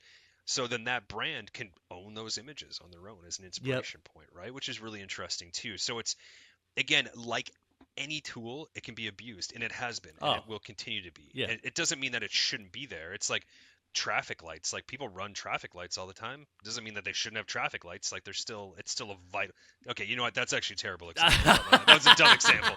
That works for other stuff, but not this. Yeah. But with AI I think again as a creative tool, I think it works. I think the problem, and I'm seeing this even in the footwear industry, is that you have somebody that does like just off the street could just do a sketch, somebody that didn't know anything about footwear, throw it through AI, and then have this beautiful render, and it's kind of like, yeah, but that's not design. And that's not footwear design. That's just you building a portfolio with fluff. Yeah. And so, great. If that gets you a job, cool. But you're having a rude awakening when you get to that job and you don't know what the hell to do. You don't know how to build a tech pack. You don't know how to talk about footwear. You don't know biomechanics. Like, there's just so much more to it. So I think in the footwear industry, AI is definitely a threat for sure. Yeah. But I think there's so much more to the process that really just somebody off the street that just is an AI expert, it just can't do yet. But there will be a point in time where AI is able to create a product and then also export a tech pack for it. Yeah. That will come. One day I'm sure it'll come. Yeah, yeah. Well, it could also just make it easier if you're like, oh, here's my idea. Mm-hmm. And as a shoe designer, you might be like, here's my idea. Here's the work I've done for it. Here, can you create the tech pack for it? Okay, I need to make the adjustments. That would be amazing. Yeah. Like if you could get AI, because the sketching and the creative part, that's the fun part. That's the part you want to do. The tech pack, technical shit, nah. That's like, you don't want to do that stuff. So if I can get AI to do that for me, awesome. That's where you want to be, right? But what somebody said something before I forget this. Said something really interesting. Yeah. And they said that AI isn't going to replace artists. Artists that know how to use AI will replace artists. Oh wow. And I thought that was kind of interesting. That it's like because there's still just so much more to it, right? But it's hard to say. Like anything, it'll be abused. I mean, there's people out there winning photography contests with AI. Yeah. Like, it's a legitimate thing. The deep fake stuff, that's going to become more and more of an issue. And it even has been. Even years ago, when they did, like, the Obama deep fake stuff years ago. Like, it was actually an issue. Like, people actually were up in arms about certain things that were completely false, right? That's just going to become more and more of a thing. And I think I saw Neil deGrasse Tyson did an interview a while ago and said something about, like, basically what's going to happen is because almost all information is going to be perceived as false information. Because AI can generate anything. Even AI now is doing the Google AI sometimes is like, what the hell are you talking about? Like, this is completely wrong. Like, there's going to be so much of that it's actually going to delegitimize the internet. Where you're actually not going to go to the internet. I might have listened listened to the same interview. Oh, maybe you saw the same thing. Because that sounds so familiar. Yeah, that's what I thought. I caught part of it. And I don't know if there's validity to that statement or not. But it's just kind of interesting. Is like AI, it's the biggest shakeup of really almost all industry than there's ever been. And AI's been, even Photoshop has been using AI for years and years. Like the smart fill, like the generative fill stuff and all that. Like that's all AI based. Like it's nothing new. But I think for it to be publicly accessible like this, where there's so many AI tools. Oh my gosh, so like much. A buddy of mine specializes. He builds AI influencers. And then basically has this whole thing that it's like they'll have the character, they'll have this person, and then they're able to use AI to map it to whatever they want, where they'll do different poses, closings, and it'll always be that same character. That is no matter what crazy. it is. Which is so they build full brands, full personalities, full sets of product just using AI prompts. It's crazy and it's scary and it's cool, but it's just like, but that's the fun part. When I get the efficiency's sake, perfect. But when you start to take the craft out of it, you start to take the enjoyable, learned part out of it, then it's like, well, then what's the point? What's the point of that art? It just devalues it. I couldn't agree more with that. I actually have two friends that are in two different industries, but they're in the tech world, very, very, very different industries. And their bosses are basically like, you are going AI 100%. Both of them. They're like, We just need more AI. Figure out ways that we can use AI. I want to implement these ways, like everything they can do. They're just throwing it. I saw a great meme the other day. There was a drawing, a person standing next to the wall, a person holding one of those big round trombones, and a person blowing it. And the person has me, AI is the trombone, and the boss going boom, like Yeah. And that's because and this is the part where the creativity, artistry and artists not being respected throughout history, really. That's a big part of what that is that basically corporations, they're not about respecting the individual. They're not, most corporations aren't really. Essentially, it's just about making money. That's all it is. I mean, that's the American way, right? That's essentially what it is. That's the culture here. So essentially, if they can cut people out of the process to make it more efficient and save them some cash, that's all that matters. Yeah. And in a lot of cases, it's not about getting a better product. It's not about any of that. It's just about saving money and getting some sort of output. Yeah. That's all it is, right? And that's when it starts to get lost, right? And then that's when you start to get at odds with leadership, with creatives, with all these sorts of people, where that message comes down. And we've come across this, like, work with a studio on the side that focuses on footwear stuff for bigger brands. And one of the big asks has been just working AI into the footwear process. And if we catch wind that the reason they want to do it is because they want to get rid of designers, we just straight up say no. Like, we're not going to walk them through the process. We're not going to show them how this is done. Like, because that's not the goal. The goal is to make designers' life easier, to in turn get a better product, because you get better product out of designers that are doing their job more efficiently and better. That's essentially what it comes down to. If people aren't burnt out, they're going to do a better job. Yep. It's not rocket science. It's really not. It's the most simple. And if AI can get us there, great. But I don't endorse AI replacing people and jobs. I really don't, because it's especially creative jobs. Really any job, but creative jobs especially, because that creativity, not everybody has it. Most people that don't have it can obviously learn, and they can nurture it. Everybody's creative in a certain extent. Everyone is creative. Yeah. Everyone, no matter who it is. Yeah. And everybody exhibits creativity daily, whether they know it or not. But essentially, people that call themselves creatives or people that are in the creative industry, it's such a unique sort of thing. It really is. Well, you've trained your brain to think creatively, to solve problems, or to find, even find problems to solve. You know what I mean? And so you're like creating, like, I want to create a picture of a pencil, right?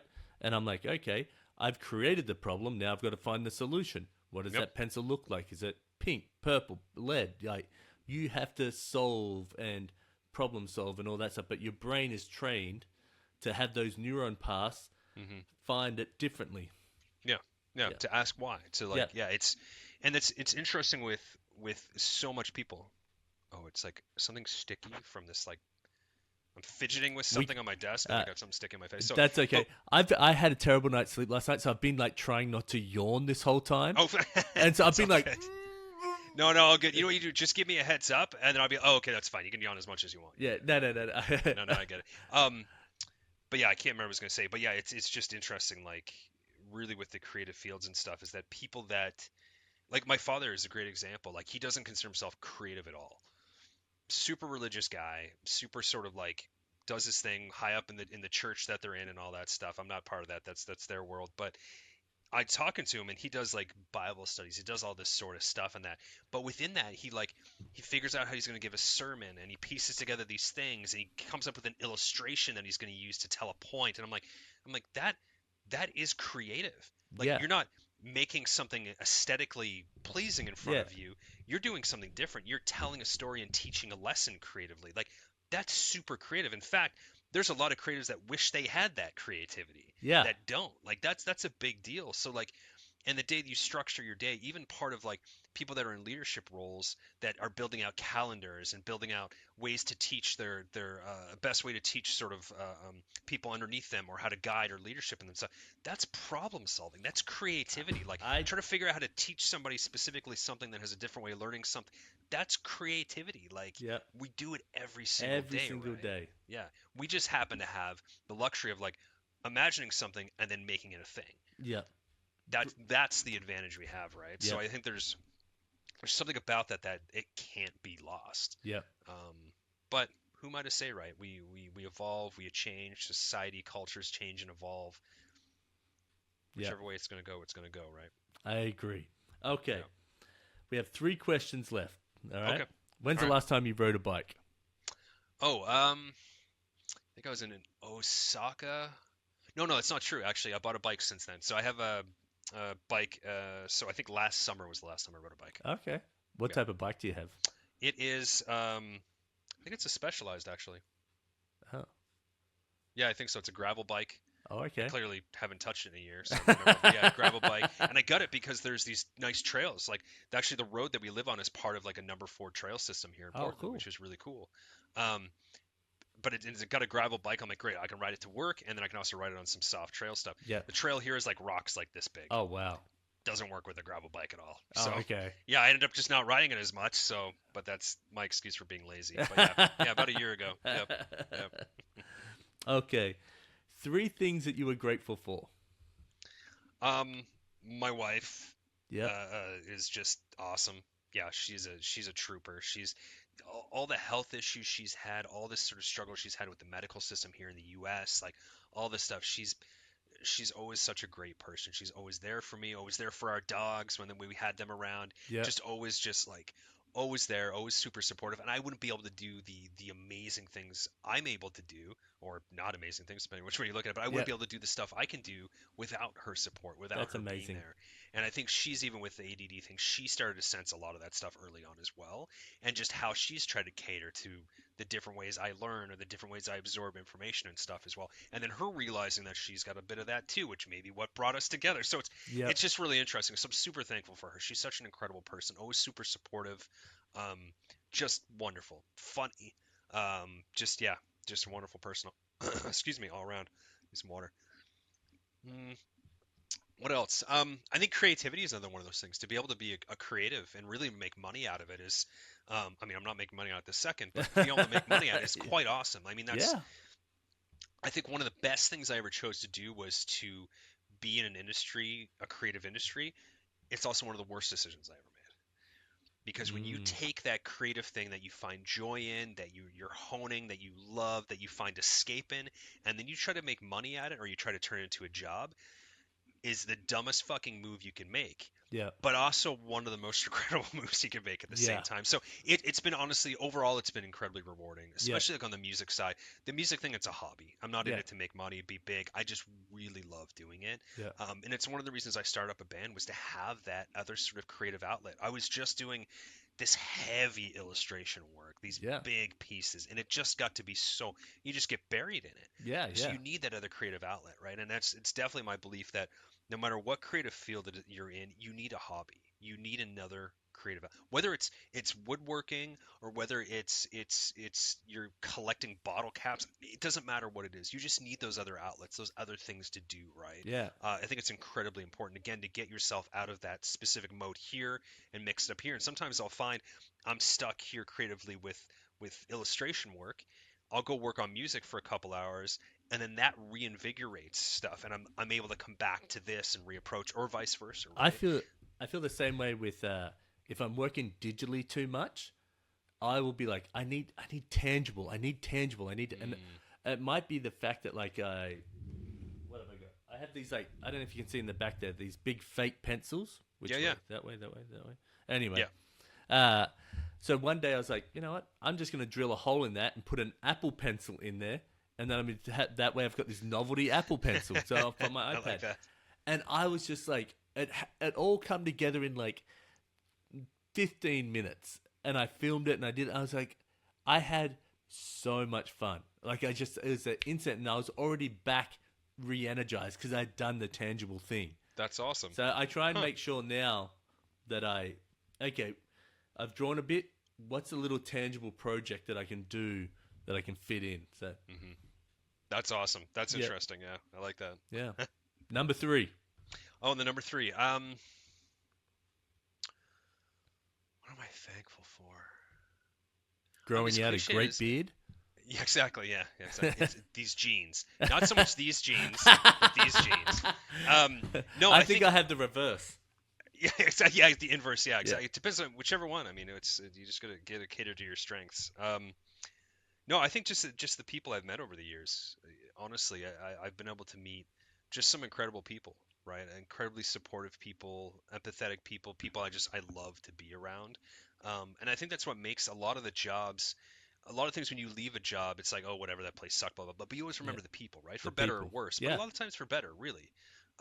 And it both from Brooks and Under Armour and brands I've worked with and freelance, there's always people that you kind of bring along with you, right? yep, Whether that's emotionally, whether it's people you just stay in contact with, whether it's people you reconnect with over yeah, 15 years or yeah, yeah, something later, like just things like that. There's something really nice about just the people you sort of meet along the way, and that's what makes a lot of these jobs. It's really about, and when I left UA, that's what I told the team I was part of and a lot of the people I worked with, is that it was about like, you got to be there for each other, especially in these times. Like, it's the people. It's all W- about the people. It's yep, not about the company. The company doesn't give a flying fuck about you. no, It's yep, the people. You got to be there for the people. You got to see them as people. You got to be mm-hmm, supportive when they need it, and you have to ask for support when you need it, sort of yep, thing. And there's something great about it. Like I was talking about, like the great neighbor that I've got, yep, and people that I've met here, Seattle, California, everywhere I've sort of lived across Canada, U.S., and Europe. There's just so much people you bring with you, and there's so much of those people that they mold who you are. yeah, Right, and you learn from them, you depend on them, they depend on you. There's so much of that interaction that we see online so much, and even if what we watch, what we listen to, sometimes everything's conflict, right? Everything, because oh, that's where drama comes from, and that's, we want to watch drama, we want to see that sort of yep, stuff. So everything's conflict. So I think over an amount of time it starts to warp your perspective. It starts to, you start to approach everything is like, oh, this is going to be a conflict, or everything is a conflict, or if this, and especially with my brain, where my brain's a lot more literal, mm-hmm, it literally goes into situations being ready to fight. yeah, When it's like, oh, that's not this situation at all. And I thought it was really interesting. There was a guy, he had just gone to a big brand in footwear, and he'd been at another brand for years, and he was always in that brand. It was always, you go into a meeting and you're fighting and yeah, you're defending and you're against this and no, and he said he went into a meeting like that at his new job, and it was nothing like that. oh So wow, he went into this meeting super defensive. Nobody could tell or anything, yeah, but went yeah, this yeah, meeting super defensive, and everybody was collaborative and talked through ideas and wanted to fix stuff and had the same goals and were like really respectable, really respected each other. yep, And it's just something kind of clicked for him. He was just like, oh, it's not like this everywhere. Oh, like this is how it should, and realize that his like whole perspective, his wow, old view of like conflict and fighting, you got to fight for what you believe in. It's like, no, you just got to like, you got to go with people that kind of believe the same similar sort of things, and then you can work through all the stuff that doesn't really, like, yeah, yeah, as long as you talk respectfully to each other, and you have the same sort of goals. And it was just kind of really interesting to see that kind of perspective. But essentially, again, it's about the people. The people are what make it. The people can make a shitty job great, and then people can make a great job shitty. yep. It can go both ways for I sure, right? fully But it's agree with really, that. it's this Yep, connection, it's talking to people, it's interacting with. That's really what all this shit is about. That's really it, I fully right? agree. Yeah. Fully agree. All right, last question. Okay. You have to wear a shirt with a slogan on it for a year. What does it say? Uh, what was it? I've got a T-shirt and I love it. So, brand called Sheely Co. And it's a buddy of mine here, Damon Sheely here. Great guy. He does a lot of really cool art. I think I actually have a piece of his like right down there, Oh, cool. on my mess of stuff behind me. Oh, yeah, you've got a mess. I've been Well, no, hiding yeah, it. it's fair. Yeah, mine's actually cleaner compared to that. I get it. Yeah, Yeah. mine's just not exciting to look. Yours is exciting to look at. Nah, mine's just like chaos. a printer. This is like my brain back here. It's Yeah, just no, that's chaos in perfect. That's great, as it should be. Um, but he said something about like, what is it? Good things take time, but time takes good things. Oh, yeah, And I that's was good. like, it's on a T-shirt. So I literally already have this on a T-shirt. It's Oh, got like yeah. a skull in the middle, and then it's got good things take time, time takes good things. And it's really, and especially knowing his background too. He lost his mother a few years ago as well. So just kind of knowing like where it came from, and it's such a good just play on words. It's such a great thing. It's just like, Yep, good things take time, time takes good things. And it's yep. just like, That's really it's a good. great perspective, cyclical perspective of just understanding like, hey, good things are going to take time, but nothing's permanent. Yep. But so it's just this, it's really interesting. And that always kind of stuck with me. And he's got a lot of really cool stuff like that, little sayings he uses and little verbiage and stuff. But that always really sort of stuck with me. So I think that one, yeah. And I already have it on a t-shirt. So Yeah, there you go. there's You that. what the fuck do I have this question for if you've already got it sorted? Stupid question, Matty. Jeez. How'd you not know? Well, Jared, this has been fucking epic, mate. It's been so good to catch up. That's the end of the questions, and I'll have it. It's probably going to be after my trip to Africa, but I'll have the episode edited, and then I'll have an illustration that you're allowed to do with whatever you want with it. Okay. And I'll send it off to you, and I'll come up with something. Yeah. I didn't realize about the illustration thing until I watched the one that you'd just done with Skate Wives. Oh yeah. With, Emily. Emily. Yeah. And I saw you doing the sketch. I'm like, oh, that's cool. I didn't realize that because on the one that I saw you with Larson, it was just the two of you guys. Oh, because I think I don't think I watched the YouTube version. Yeah. So I think when we connected, it was just I just speaking of AI, I just run it through Opus Clips. Yeah. And then just get clips because otherwise it just takes so much time, and I'm just a one-man show doing it all. Editing takes a lot. Yeah. So I just like crank them out, put them out there. I've actually over summer I've been really bad with my marketing because I've just been like work, kids, trying to stay fit, trying to do all the other stuff. I'm just like pump them out there, and I'll get to it on the other side of this summer. So yeah, all good, man. Yeah. No, it's good to shoot the shit. It's good to do these sort of things. And I mean, maybe next time you can talk about you a little bit. Nah. I'm boring compared to you guys. No. I'm curious to hear, man. Like it's because how many kids do you have now? 2 that I know of. That you know of, fair. As a guy, you can say that, people who say that, I assume that you guys feel like you got more, as the kids say, riz than you have. But I feel like I got 2, and people are like, yeah, that's about right. Yep. You're like, yeah, that checks out. Yeah, that checks out. Yeah. You trick someone twice, you haven't got enough skills to trick anyone else. Yeah, exactly. Yeah. Past that, it's just you're asking too much. And so you back when we met at DC there, so you how long have you been married for? I was married then. You were married then. Okay. Yeah. For some reason I thought you were married then, but I couldn't remember exactly. So I was married then. My wife studied abroad. And then we met while she was studying abroad, and we did basically long distance and for about 1.5 years. Then she moved there for 1 year. Then we moved to America for like 12 years, moved to Australia for 3 years, then moved back in 2021 to here. Okay, wow. Okay. Yeah, and so, yeah. So how old are your kids now then? My kid, one of them's 12 and the other one is 9. Oh, okay. Okay, cool. One's creative and the other one couldn't give a shit. Fair. Yeah. And I'm like, whatever they're into. Yeah, that's exactly what I say. And when people are like, oh no, and I'm like, you can do whatever you want. But also at the same time, I'm kind of like, there's kind of like a nice thing when they're not creative because I'm not having to fuel 2 other creative like minds as well. Like going, oh, why don't we do this? Why don't we do that? And I'm like, you get to do your own thing. And like, I'll still go throw the ball out there and hit the baseball with him and do all other stuff. Like I'm still that fun dad as well. But also my daughter's really creative and she'll come up with her own projects. And I'm like, oh, hey, let's go grab this bit of material and you can try it with that and all that sort of stuff. So that's cool. It's fun. That's cool. Yeah. It's good to have that variety, right? Like that's really cool. Yeah. And it's just a matter of whatever they're into, whatever they lean into, that's what you encourage. Yeah. Right. Yeah. Yeah. Best of both worlds for me. Yeah. So I love that. Hang on. Are you still in the pug world?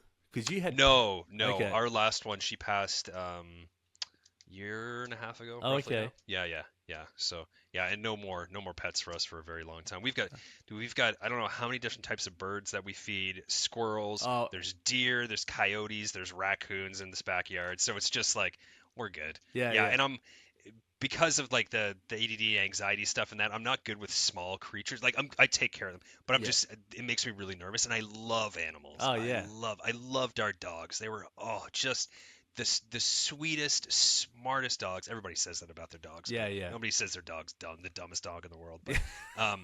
But essentially, I love them, but I'm just not. I don't feel comfortable like taking care of them. Like, oh, my wife, one time she had to suck sweet potato out of one of the dog's noses because they were choking, and she was just like, okay, we're doing this, and it sucked. Like the whole thing was like on it, and I came downstairs. I was sleeping at the time. I came downstairs and she just nonchalantly told me about this, and I'm like, that's amazing. Like, how did you? I would have just been like, I don't fucking know. Yeah. Like, I don't know what to. I would have panicked. I have no idea. Can you Heimlich a dog? I have no idea. You can like you can lift them upside down, or you can actually do like side. You can get their lungs going and try to clear them from the side. But she had to suck like sweet potato out from Apollonia. Your wife is a legend. I didn't know. I know, and it was just she told me about it like it was just like she had done dishes. And it was just like, what? That's amazing. Like, I thought it was the coolest thing. And she had done a lot of that stuff for the girls, for our two dogs.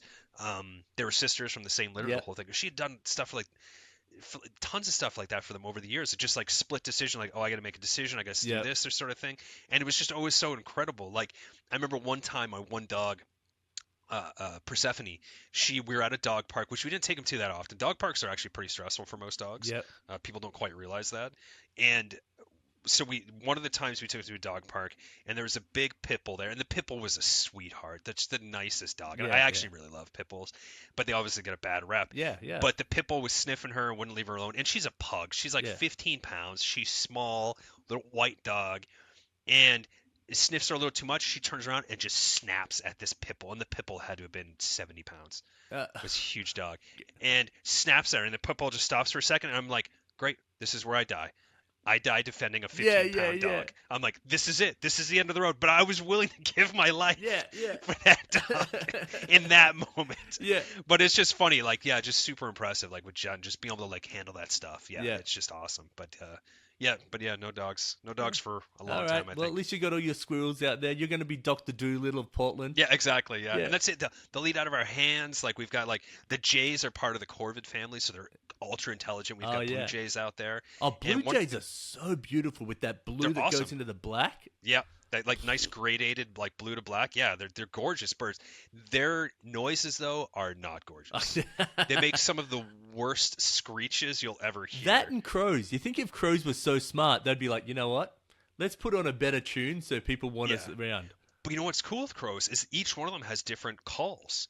And sometimes they'll do like a call that's like a caw with like a series of clicks behind it. They actually, every single grouping of crows has different calls that they use, which is really cool. So it's a murder of crows. They're just really just gangs, and they got their own. They're really just gangs and clicks, and they're doing like the snaps, fingers, and they're like, and they pull out like a switchblade. Really aggressive, but really cool to witness. But they're but it's just phenomenal birds. And the place we had in Seattle, the girls would run out front, our two dogs would run out front, and they got to know the crows, the family of crows we had there. We got to see 3 generations of crows grow up. And we fed them, we interacted with them, which was really cool, but just incredibly smart birds. But they would chase, so my one dog Persephone, they would chase her on the yard, and then they'd chase her, and then they'd go up like on top of our garage. She'd bark at them, and then they'd swoop down and she'd chase them. So they actually, and this is actually fairly common, where crows would play with dogs or other animals, sort of thing. And so she got to know them really well, and she'd chase them around the yard, and they would chase her. But just really interesting, just how like just intelligent they are as birds. And I think it's jays, ravens, and crows are part of the corvid family. I think they're the smartest, if not close to the smartest birds out there. I think their parrots are toucans. I think parrots are smart. But yeah, just incredible, just awesome. But yeah, to be able to see that stuff out here, deer, like through the backyard, like just a whole family of deer, like 4 deer that have grown up here. It's just it's really beautiful. That's awesome. Yeah. Well, thank you, Jared, for being on here. Thank you, Matty. Yeah, appreciate it. Yeah, thanks. It was awesome. It's always good to catch up. If you ever back up here, let's get a coffee or something like that and catch up. That'll be. I definitely will. Yeah. A lot of the sort of jobs we've been looking at actually are out of country. So I think what's going to happen if I do end up taking one of them, we'll do kind of a trip up and down the coast to visit friends and stuff. So I'll definitely hit you up on the way through. So that'll be sick.